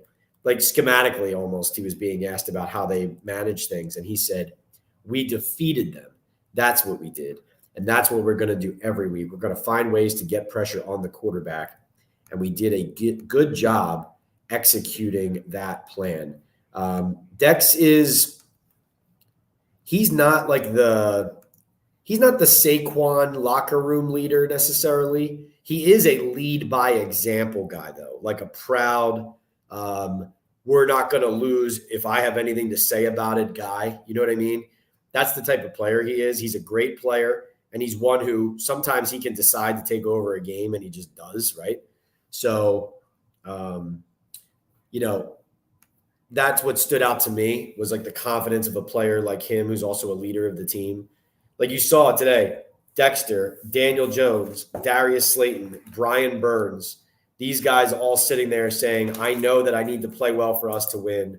So I did some of that here, but we need to keep it going. Like Brian Burns actually said that he's encouraged or he's made some game-changing plays in the last couple of weeks, but he said he still feels like he can do a lot more. He was asked about, is this justifying now, the type of investment that the Giants are making in you? And he said, I've made some plays, but I need to make more.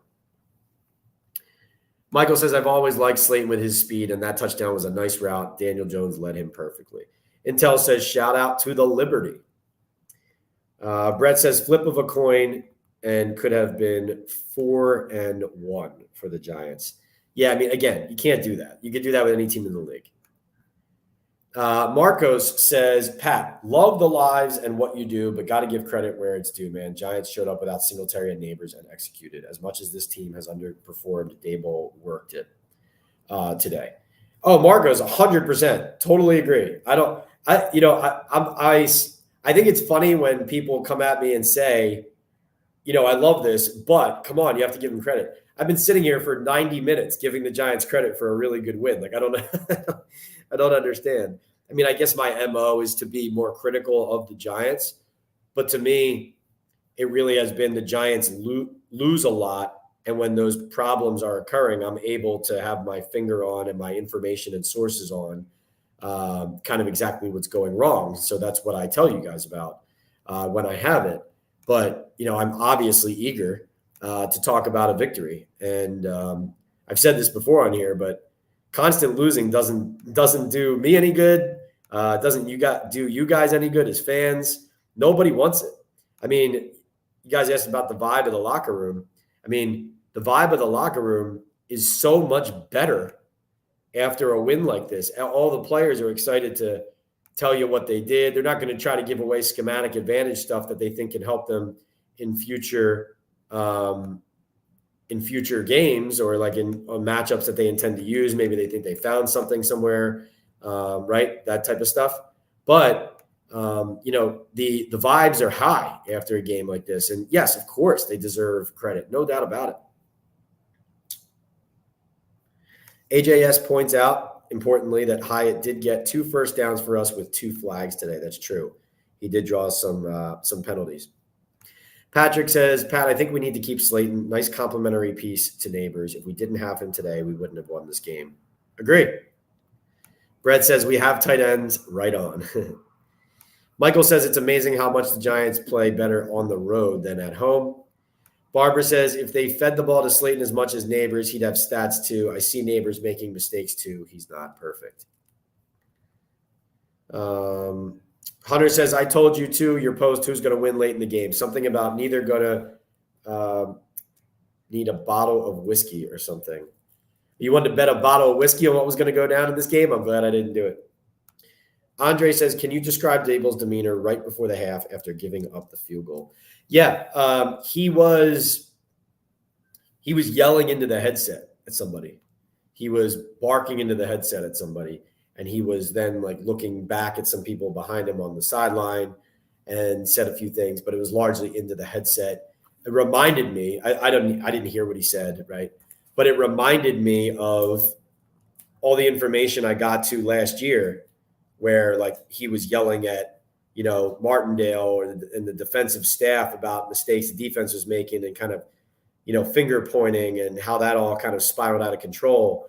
And so in that moment, that was important for me, I think, to notice and note because, it could be viewed as pressing the right button and making a strong adjustment and showing urgency, or it could also be something that isn't appreciated and results in, like last year with the GM sitting in the on the headsets for 4 games listening to the head coach,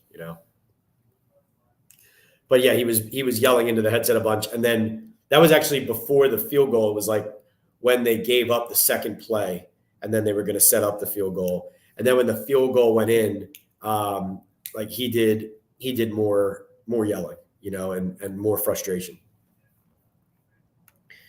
Geno Smith acts like the Giants are the only team that dumped him when in reality he failed on the Jets, says Barbara. Nobody wanted him. He got a backup job with the Giants for 1 year, then was irrelevant for 6 years. Barbara, I think his chip on his shoulder is earned, being that he's been developed and has played so well now in Seattle. I don't begrudge him that at all. The Giants did fire like the entire building because Geno played in a game. It's not like they treated him very well. Let's see. Brett says, house cave on. They cut the commercial. I was expecting a stretcher. Then he was back in. Seemed fine. He was kind of clowning around the locker room afterwards. So he seemed okay. Barbara says, bad coaches are in Cleveland, Cincinnati, and Buffalo. Yeah, what was with McDermott not challenging that catch?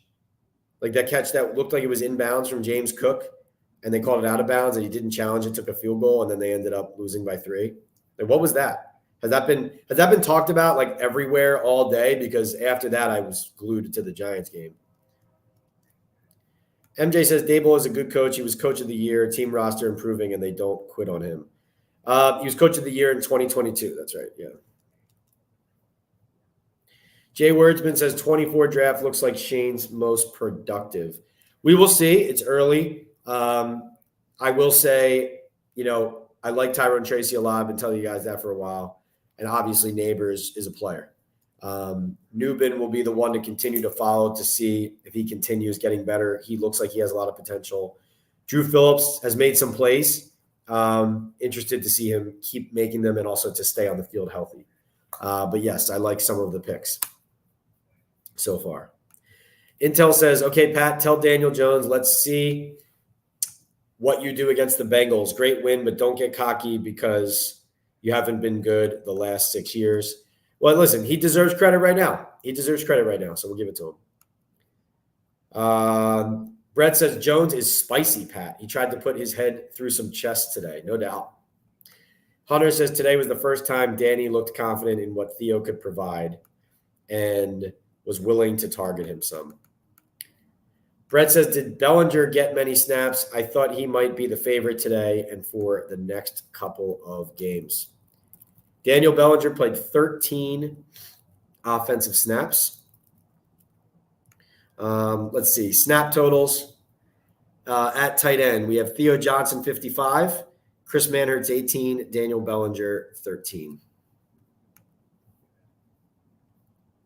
Brett says DK Metcalf will be sore tomorrow. Patrick says, I don't think we should fall for the Daniel Jones trap. He did this in 22 when he got hurt. Then he got hurt. I think they should draft a quarterback nonetheless. I like Daniel, but I don't trust his history.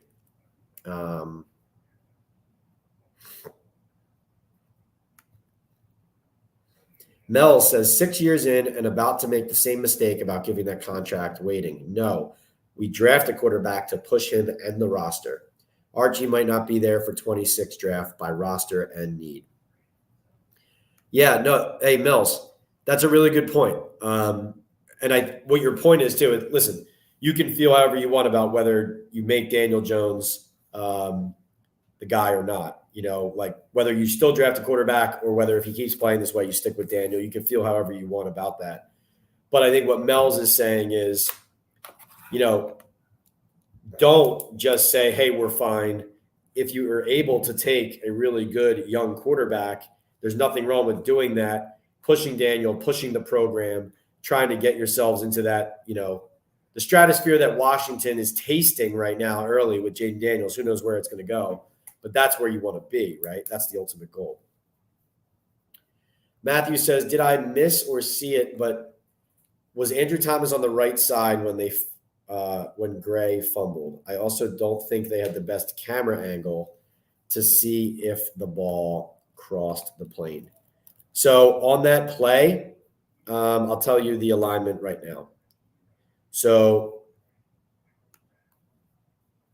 the Giants alignment on that play, they had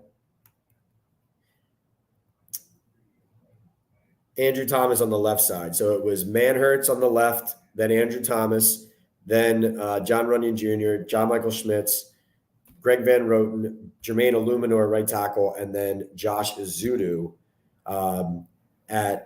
as like the extra sixth jumbo tackle out there, jumbo tight end. And then they had Theo Johnson and Daniel Bellinger in the backfield blocking for Eric Gray. So that was the alignment there on that play. Barbara points out that Xavier McKinney has 5 interceptions already. Yep. Great to see him balling out. Happy for him. Here is the link right now, guys. If you want to write that down, or you can go to my YouTube profile or my Twitter profile, PLeonardNYDN, or any of my social media accounts, Instagram, TikTok, YouTube, Threads, PL on NFL is the handle. And click on the link. It's this link right here, mybookie.website/join with Pat's Picks. And then you can use that Pat's Picks promo code, get that special deal. That is the MyBookie deal. Barbara says, Pat, I think Aaron Rodgers is done. He looks horrible this year. You know what was interesting, Barbara? The touchdown he threw to Lazard late in the first half, I think it was, when he stepped through, kind of made that on the run, kind of extended the play, and then threw it bought time for Lazard to find a window and then hit him. It was an improvisational play. It was classic kind of vintage, the way Rodgers does play when he's playing well. But you don't see that enough, and he made a lot of mistakes today. Missed some bad throws, including interceptions, missed Garrett Wilson late. That loss is definitely in many ways on him. Let's see. Barb says, let's go Steelers. Right. They're playing the Dallas Cowboys. I think the Steelers end up winning that game. Looks like it's 6-3 right now, Dallas. Barb says, Giants lead the NFL with 22 sacks. Is that true? That's interesting. Let me see where everybody stacks up there. NFL sack numbers. Let's see. So the Giants have 22 sacks. The Vikings have 20. The Broncos have 19. The Jets have 18. The Seahawks have 17. So, yeah, it looks like they're going to lead the NFL in sacks going into next week because, most likely. I mean, the Saints are the closest team to them that still hasn't played their 5th game, and they only have 12. Lions. Yeah, leading the league in sacks. There you go. And it's coming from, let's look at the Giants' numbers there. I'm glad you brought that up. I did not know that. Let's see. See, I always say this. You guys teach me as much as I share information with you when we do these. Seriously. It's another example of that. All right, let's check out the sack numbers. I was going to say it's largely come like by committee in a lot of ways. So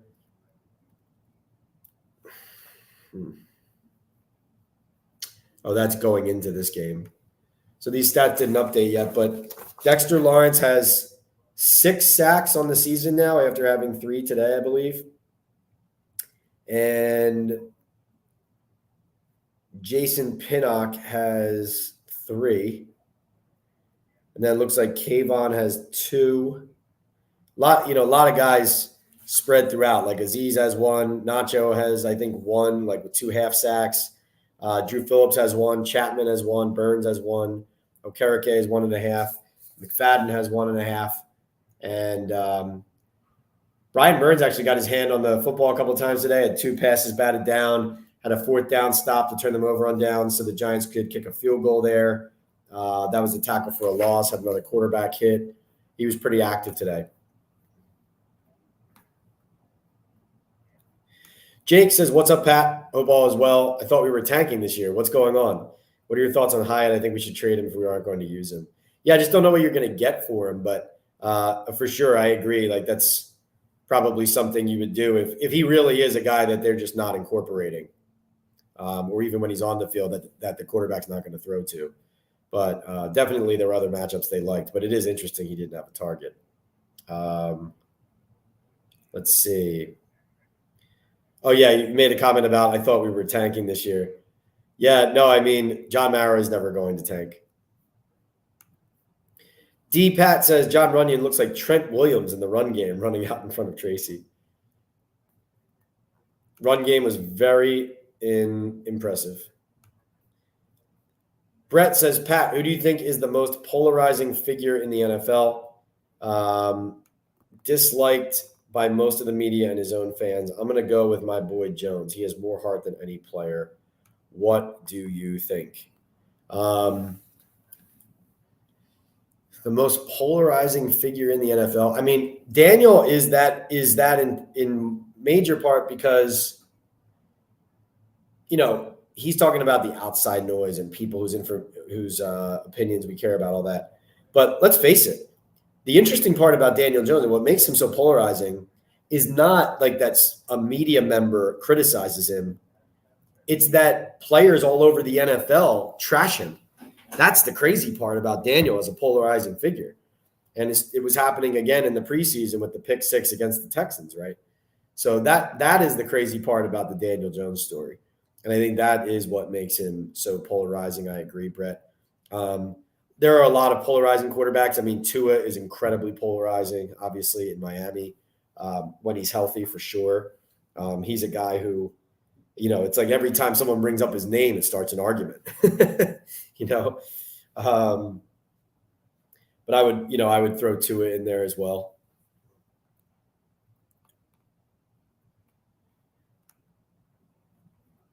Rush 5, I'm going to let this slide once, but if you keep being vulgar and nasty and making this personal, you're going to get blocked out of this chat permanently in a timeout. I don't mind disagreement, and I definitely don't mind debates. I love debates. I also, as you saw earlier, I don't mind somebody calling me out for being wrong, and I read it out loud, and I say, yeah, I got the prediction wrong, and here's why I was wrong and all that. I love all that.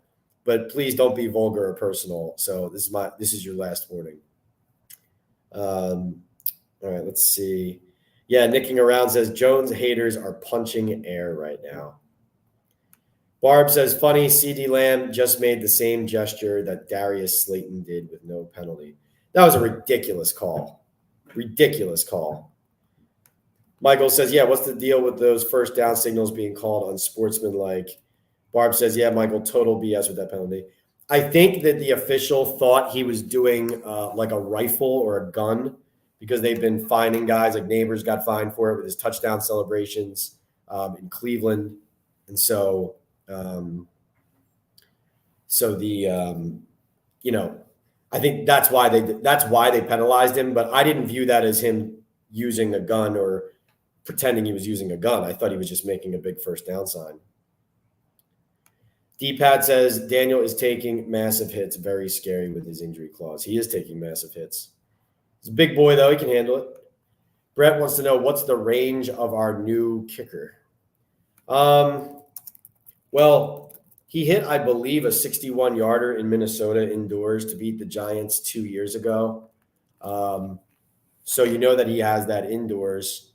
He missed the 48-yarder outside in Cleveland, but he's hit in the 30s and 40 ranges the last 2 weeks and has been hitting pretty consistently.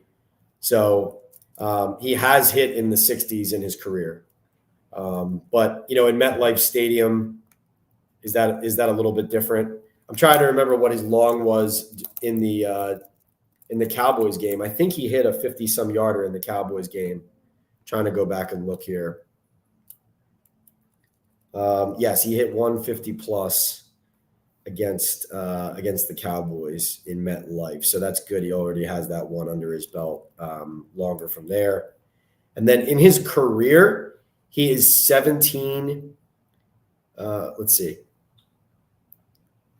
He is 17 of 29 over 50 yards in his career. He's 24 of 33 over 40 yards, and then 33 of 34 in the 30 range and 30 for 30 in the 20s.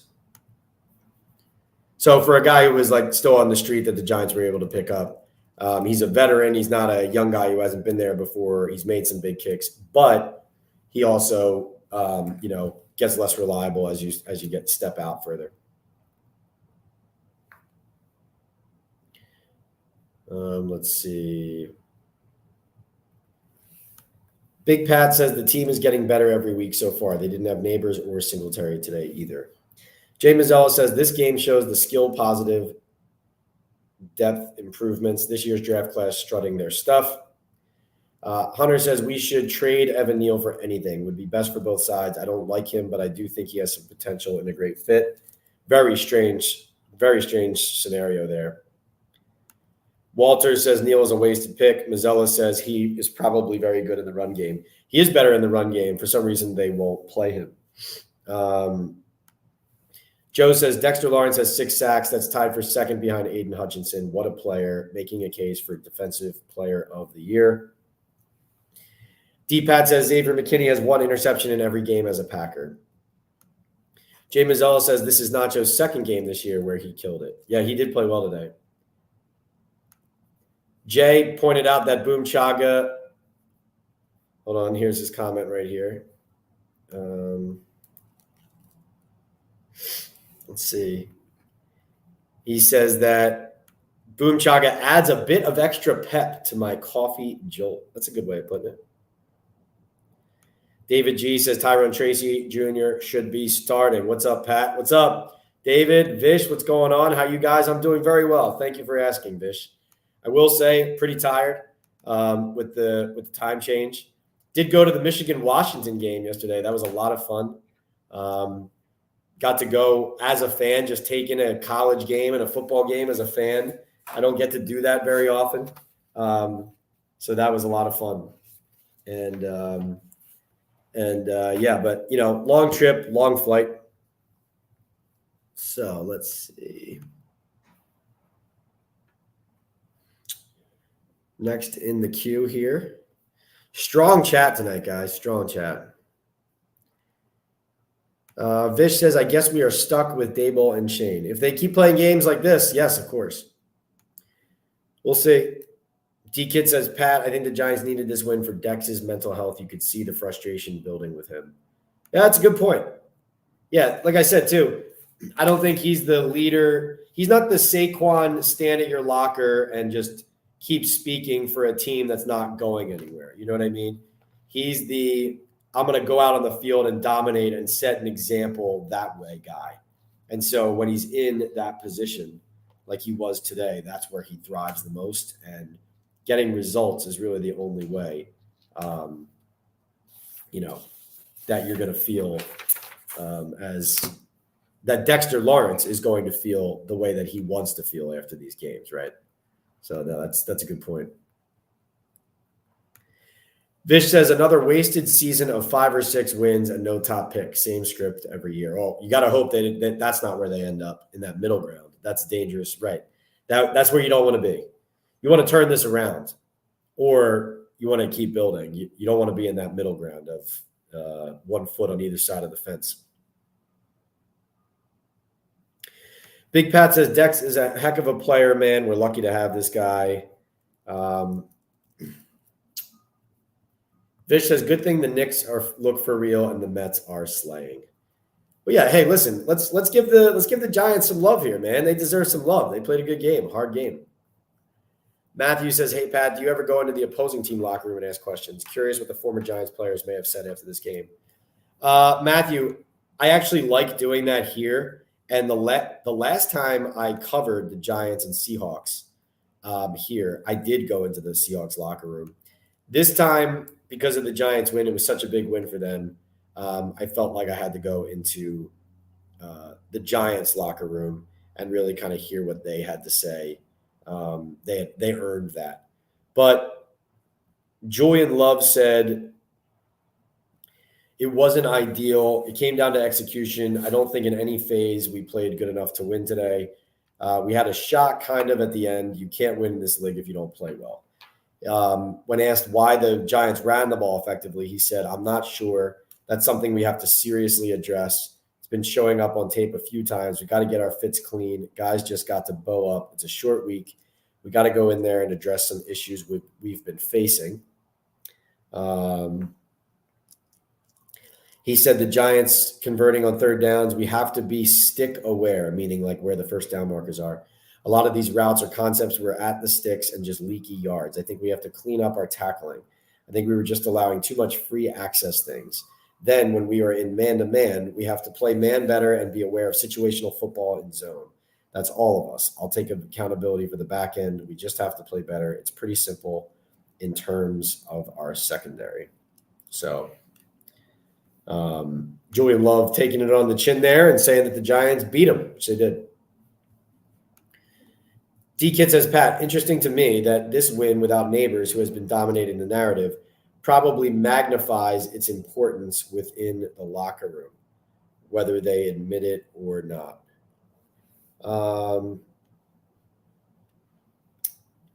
You mean magnifies the importance of the fact that it shouldn't be Neighbors centric, or what exactly do you mean by that? That's an interesting, I think I know what you're getting at, but let me know exactly what you're saying there, D-Kid. Hunter says, oh, no, I didn't want to bet a bottle of whiskey. I wanted to drink whiskey because I thought we were going to choke. Got it. Andre, what's up? D-Kid says, you're in the coffee capital of the U.S. I wonder whether there's any boom chaga there. There's definitely some boom chaga here in Seattle, no doubt about it. The Seahawks actually had they have like a barista during the game for you to use in the media in the press box. They have a barista serving Starbucks coffee, and they have, espresso. It's an espresso bar. So I got an Americano today with some whipped cream. Treat yourself. Seahawks doing it right. Brett says Banks showed up today. Great job. No doubt. Hunter says Field Yates gave Joe Shane a lot of credit. Yeah. It's always interesting how those national guys always seem to have quick trigger on praise for the Giants general manager.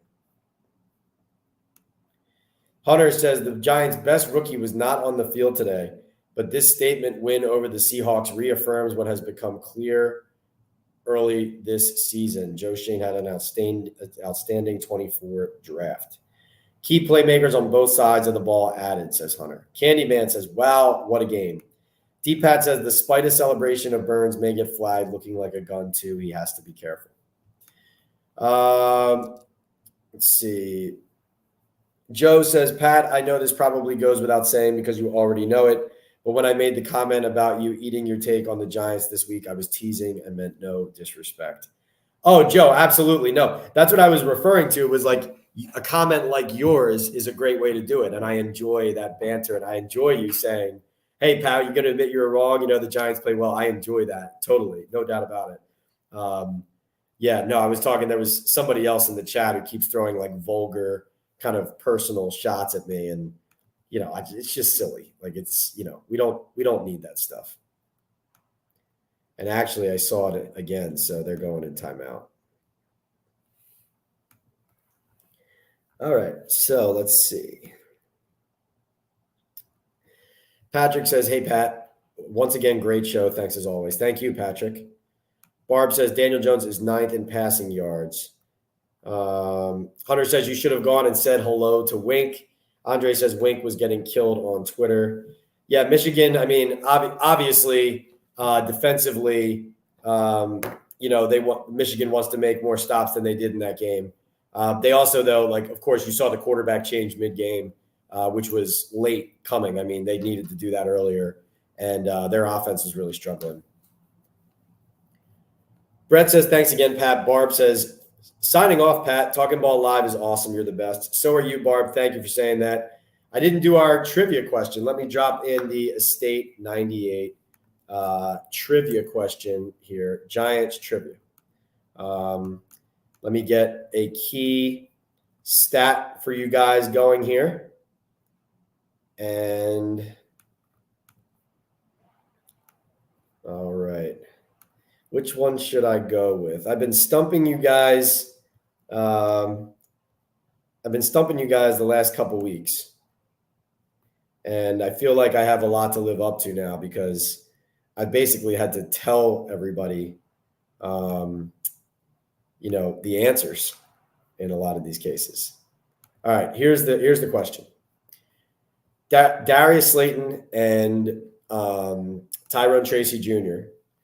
each had 100 yards today. Tracy had 100 yards rushing, and Darius Slayton had 100 yards receiving. Like, they both went over that. They obviously had more than that. When is the last time the Giants had 100-yard rusher and 100-yard receiver in the same game? That is the Estate 98 trivia question of the night for the Giants. When is the last time the Giants had a 100-yard rusher and a 100-yard receiver in the same game? Put the answer in the queue when you think you have it. And the first person who answers it correctly will win a bottle of Estate 98 coffee, which is one of our proud sponsors here in the chat. All right, let's see who else we got here. D Kit says, what I mean is they came in and got the win with a next man up mentality and overcame the absence of our only weapon not playing. Had to be satisfying and a boost to team building. Yeah, D Kit, that's a good point. I think that's another thing that should be written about and is a really good point by you. Kind of this idea of really it's the identity part of it, right? So I said going into the season that it was not clear what the Giants' identity was, right? On offense especially. And without Saquon Barkley, it was kind of like, okay, yes, they drafted Neighbors, but what are they going to be? And when you see that developing early, they can't get it off the ground against the Vikings. And then week 2 in Washington, they start moving the ball, but it's very Neighbors-centric with some Singletary mixed in, right? Very Neighbors-centric, too Neighbors-centric. And you started to see them forming an identity as a team that was now had a really explosive player on their team. However, with that explosive player, it was a question of, okay, but is this sustainable? I think you make a great point that this was like an ability for a lot of guys to remind themselves and remind the Giants and maybe even remind the coaches from a usage standpoint of what they are, what they can contribute, what they can do well. Like, obviously, the top example is Tyrone Tracy as far as getting an opportunity and making the most of it, right? So obviously that's the case there. But I think you look at Slayton, you look at Wandale's had some drops, but he's become, a consistent part of the offense. The one that I'm upset about not giving out as a prop, I thought of this morning before the game. I was doing some more research. The thing that I should have given out as my pick, because I gave out Kenneth Walker touchdown and Jackson Smith and Jigba over yards. And I realized that the bet was Daniel Jones rushes and Daniel Jones rushing yards. That was the prop to give out in this game. I should have given it out last minute, but it was too late. It was too late. But I should have given that out last minute to you guys. So that's my bad. Had a nice string of prop bets hitting that stalled. Okay, still looking at some more answers rolling in the queue on the trivia question. When is the last time the Giants had a 100-yard rusher and a 100-yard receiver in the same game? That is the question.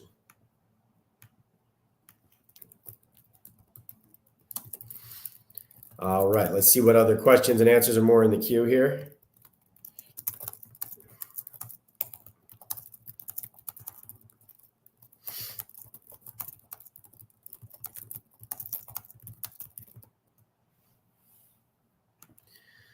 Okay. D-Kid says, exactly, Pat. Folks are talking about key contributors, not named neighbors. These guys all have pride. Full game, what's up? Thanks for checking in. D-Pat says, did Jordan Raanan do something to anger the Giants? Seems like Daboll and Kayvon really don't like him. Kayvon has snapped at different people. That's I don't know. I think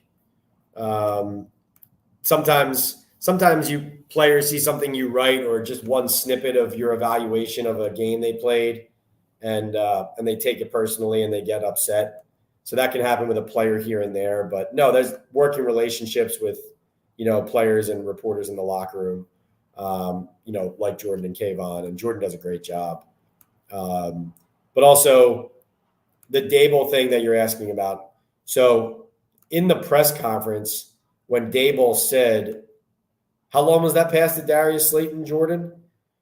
That's basically, sometimes if there's a topic that Daboll feels, let's say Jordan asks about a lot, or like I ask about a lot, he'll keep coming back to it in that regard. So in other words, that's like his way of saying, you keep asking me about big plays to Jordan. He's pegging Jordan as the guy who asks about big plays all the time, I guess. So, that's him saying, kind of going back to the well and saying, hey, how long was that pass again? How long was that pass? So just kind of pushing it back, pushing it up, or shoving it in his face, basically. Again, it's like the Daniel Jones spicy thing with the media. El Gigante says, hey, Pat, great work. Thank you, El Gigante. He says, big game from the defense. Flott stepped up. This running game needs to be our identity. Running game, I agree. And Daniel Jones, like, as much as he had an efficient game, quote unquote, against the Cowboys, the lack of the running game hurt him. And if he has a strong running game like that, it helps take some pressure off the offensive line in the pass game. And then Daniel can not only be efficient, but then also, take some more of those deep shots.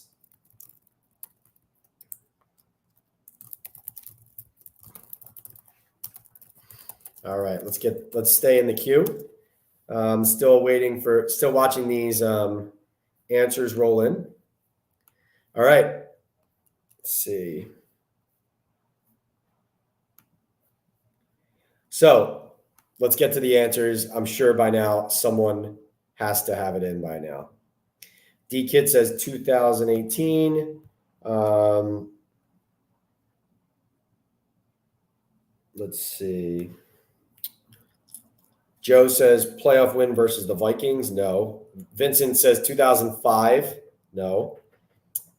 With Tiki. No. Elegante says Odell and Saquon. No. Let's see. NYG says Bradshaw and Cruz. No. Matthew Kelly says Barkley and Shepard. That is the answer. Barkley and Shepard. Matthew, do you remember what game that was? You are correct. That is the correct. Those are the two guys. Do you remember what game that was? D-Kid says, Pat, not to minimize a great win, but it shouldn't be lost on anyone that we had 9 days to prepare and the Seahawks were coming off a short week. Both teams played like it from an energy standpoint. For sure. Yeah, I wasn't going to say that as far as to take anything away from them either, for sure. But yes, the Seahawks are banged up on a short week. They have another game coming up on Thursday, I think. I think they went Monday, Sunday, Thursday, which is just brutal. I mean, I don't know how the NFL can do that to a team. But still, they had a chance. They had a chance in this game, and there's no excuses. The NFL. Matthew says he does not know what game that was for Barkley and Shepard. He just guessed. Matthew, here it is. You do win. You do win because you got the 2 players right. So the Giants last time they had a 100-yard rusher, 100-yard receiver in the same game was December 15th, 2019.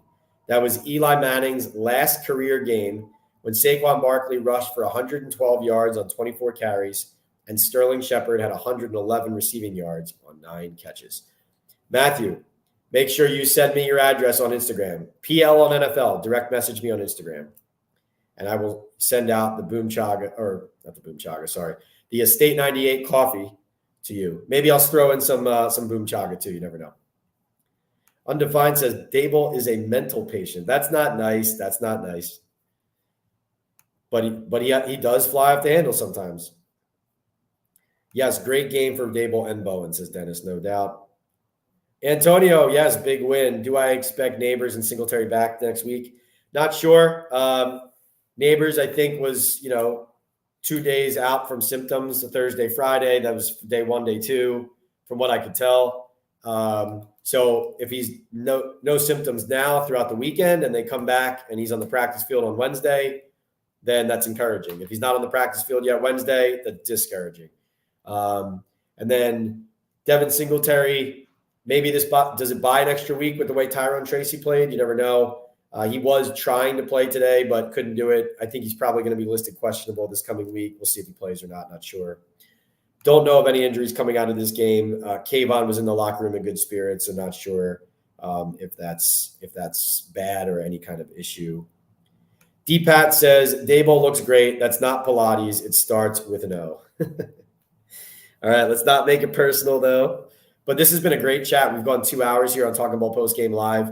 Great numbers. No surprise that the apathy is out and the interest and excitement is back here for not only the Giants, but also our NFL talk and my coverage of the Giants here at the New York Daily News as the NFL columnist and Giants beat writer since 2016, as well as the host of the Talkin' Ball with Pat Leonard podcast on the Believe Network and Talkin' Ball Live with Pat Leonard, which, of course, we do several times a week, including post-game, every Giants game, home and away. Now, this week, we will not do Talkin' Ball post-game, or we will not do Talkin' Ball Live on Monday of this week. We will do Talkin' Ball Live later in the week, I believe on Thursday again. And then, of course, we will follow it up next Sunday night with our next post-game live after the Giants host the Bengals in MetLife Stadium in New Jersey. D-Kid says, I have one more observation. JMS is quietly coming along. Yes, he's playing better, no doubt. Jackson says, will we have any update before Wednesday on Neighbors? We'll talk to Daboll tomorrow, so I doubt he'll provide an update there, but maybe we'll at least get an update from him on whether he has been asymptomatic. Let's see.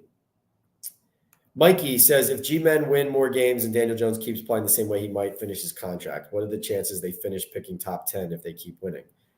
Well, yeah, no, if they play like this, Mike, throughout the rest of the season, then you have to think they'll end up at least 500 and not in range of the picks that you're talking about, right? But you have to play like this every week, and you got to make the plays at the end to win. Like this one started slipping out of their hands and through their fingers, but they made a big play to win, right? So Undefined says, Daboll is a bully and I hate coaches that yell. One reason why I love Schiano, he explains he doesn't yell or flip out on the sidelines. Some players feel that way too. I think there's nothing wrong with intensity as long as it's coming from the right place and it's not pointing fingers and being unaccountable, which if it goes into that territory, it becomes a problem. Guys, this has been a fantastic chat. Remember, we're sponsored by MyBookie.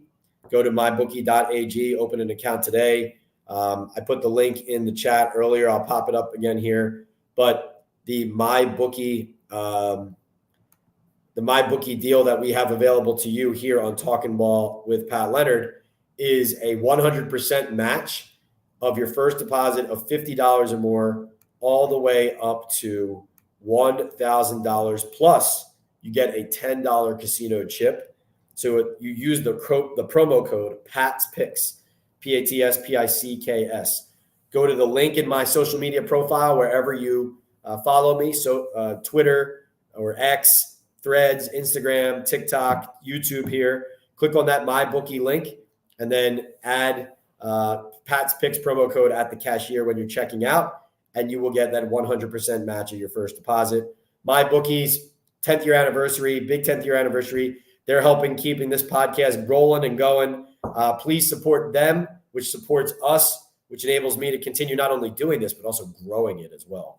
That's what I really want to do, is continue to grow this. And that's the way this is possible, is if but also you guys all help support a place like MyBookie. If you're going to be doing wagering on these games, please try it out. Use the promo code that shows them that my listeners and viewers are going over there and supporting, and that it basically grows exponentially from there. The progress, the support, and all of that. So I appreciate that. And they have risk-free Thursdays. So Thursday Night Football is always a good time to drop in on a risk-free prop bet. I think Mike Evans had hit very quickly last week with the Buccaneers. So look for the risk-free Thursday bets there with MyBookie. They also have a new rewards program. So if you already have a MyBookie account, then you can open up a loyalty rewards program, or you can basically sign up for the rewards program. It's called MyBookie Plus. So basically, the more you play, you earn more, and you go through tiers and you unlock exclusive promotions and giveaways and stuff like that. You get cash back in your account. So good way to kind of augment what you're doing there. Also brought to you, like I said, by State 98 Coffee. All natural, no sugar, convenient for on-the-go coffee drinkers. 10 minutes or 10 seconds to make an iced coffee with a State 98. It's delicious. Also makes a hot coffee or latte. Just takes a minute more. I love it. I drink it every day, and I throw that Boom Chaga in there too. So go to estate98.com/talkinball to get a special buy one, get one free deal there. And then, of course, Boom Chaga Mushroom Super Drink, natural extract loaded with anti-inflammatory, immune-boosting antioxidants, and heart-healthy compounds. You can easily pour this natural liquid supplement into any of your favorite drinks. I put mine in my coffee every morning and immediately feel the difference. I personally have felt a post-workout-like energy boost with Boom. Chaga also has the ability to lower cholesterol, reduce inflammation, and improve immune and heart health with its beta-glucans and antioxidants. Go to boomchaga.com today to place your first order. And if you use the discount code TalkinBall25 or access it through the QR code on your screen, you'll get 25% off your first subscribe and save order. Right now, that means a month supply costs you only $30. Start feeling the difference today. Boomchaga.com. Just like I said with MyBookie and Estate 98, please support Boom Chaga. Go to the website. It's very easy. If every listener or viewer just bought and tried one bag, I can't tell you how far that would go to supporting this channel. But go to subscribe and save order on the site. Add one bag. Use the Talkin' Ball 25 promo code, or you can go through the QR code on the screen, and you see it right down here. And you'll get 25% off. And then you can cancel the subscription. You don't have to stay locked in. So it won't lock you in. You won't be charged extra months. It doesn't work like that. So look forward to seeing you guys on there. Let's see. Jackson says, are post-game pressers more fun for you when they win? Yes. yes. Yeah, you can get into you're giving credit, you're giving praise. Like Daboll was sharing more after this one. Obviously, he felt good about some things they did, some things he did. And, usually you see not with everything, like Daboll didn't want to get into like schematics here and there all the time about how they executed certain plays and what they saw in the defense, or like what they saw in Laken Tomlinson getting low on the field goal block or something like that. But he and the players are more willing to go into detail and to kind of explain to you how they did something well, rather than just constantly being asked questions about why they failed at something. They're just much more open and better moods. It makes it easier. D-Kid says, one thing we've learned, Pat, the NFL is a week-to-week league. Got to move on to the Bengals, no doubt. Luciano says, Daniel Jones made a good day. Still not sure about long-term deal. Good game by him, sure. Even with that, remains dependable on the defense side to not lose games. Big Dash says, Shiano absolutely used to yell. Interesting. Good point, Big Dash. By the way, yes, I wanted to do this last month. We didn't get it going, but new content creator series definitely coming around the corner. We will do one definitely in October. Luciano says, DJ is the long-term solution. I don't think Daboll thinks that. G-Men's still dependable on defensive side to not lose games. Elegante says it should not have to come down to the blocked field goal. The offense had ample chances to put it away and didn't. Simmons saved the day. Agree. Luciano says 100% agree with you. No doubt. We will end on that. Thank you so much, guys, for being here, for participating in Talkin' Ball Live, Postgame Live. This has been fantastic. Great trip out here. Thank you to the New York Daily News for sending me on the road to Seattle. Thank you to Believe for hosting Talkin' Ball with Pat Leonard. Last question, Deep Pat says, did McAdoo really want to draft Mahomes, but he was shot down by Mara? He did have a high opinion of Mahomes and wanted him. I don't know exactly how that conversation went, but yes, McAdoo did like Mahomes a lot. Thank you especially to the super chatters, Joel, Hunter, Lucas, Patrick, Franklin, no Mets, Franklin again, D-Kit, Franklin again, D-Kit again, Hunter, Patrick, MJ, Joe, Patrick, Elias, D-Kit. I mean, Patrick Evans definitely up there in the running for MVP of the chat.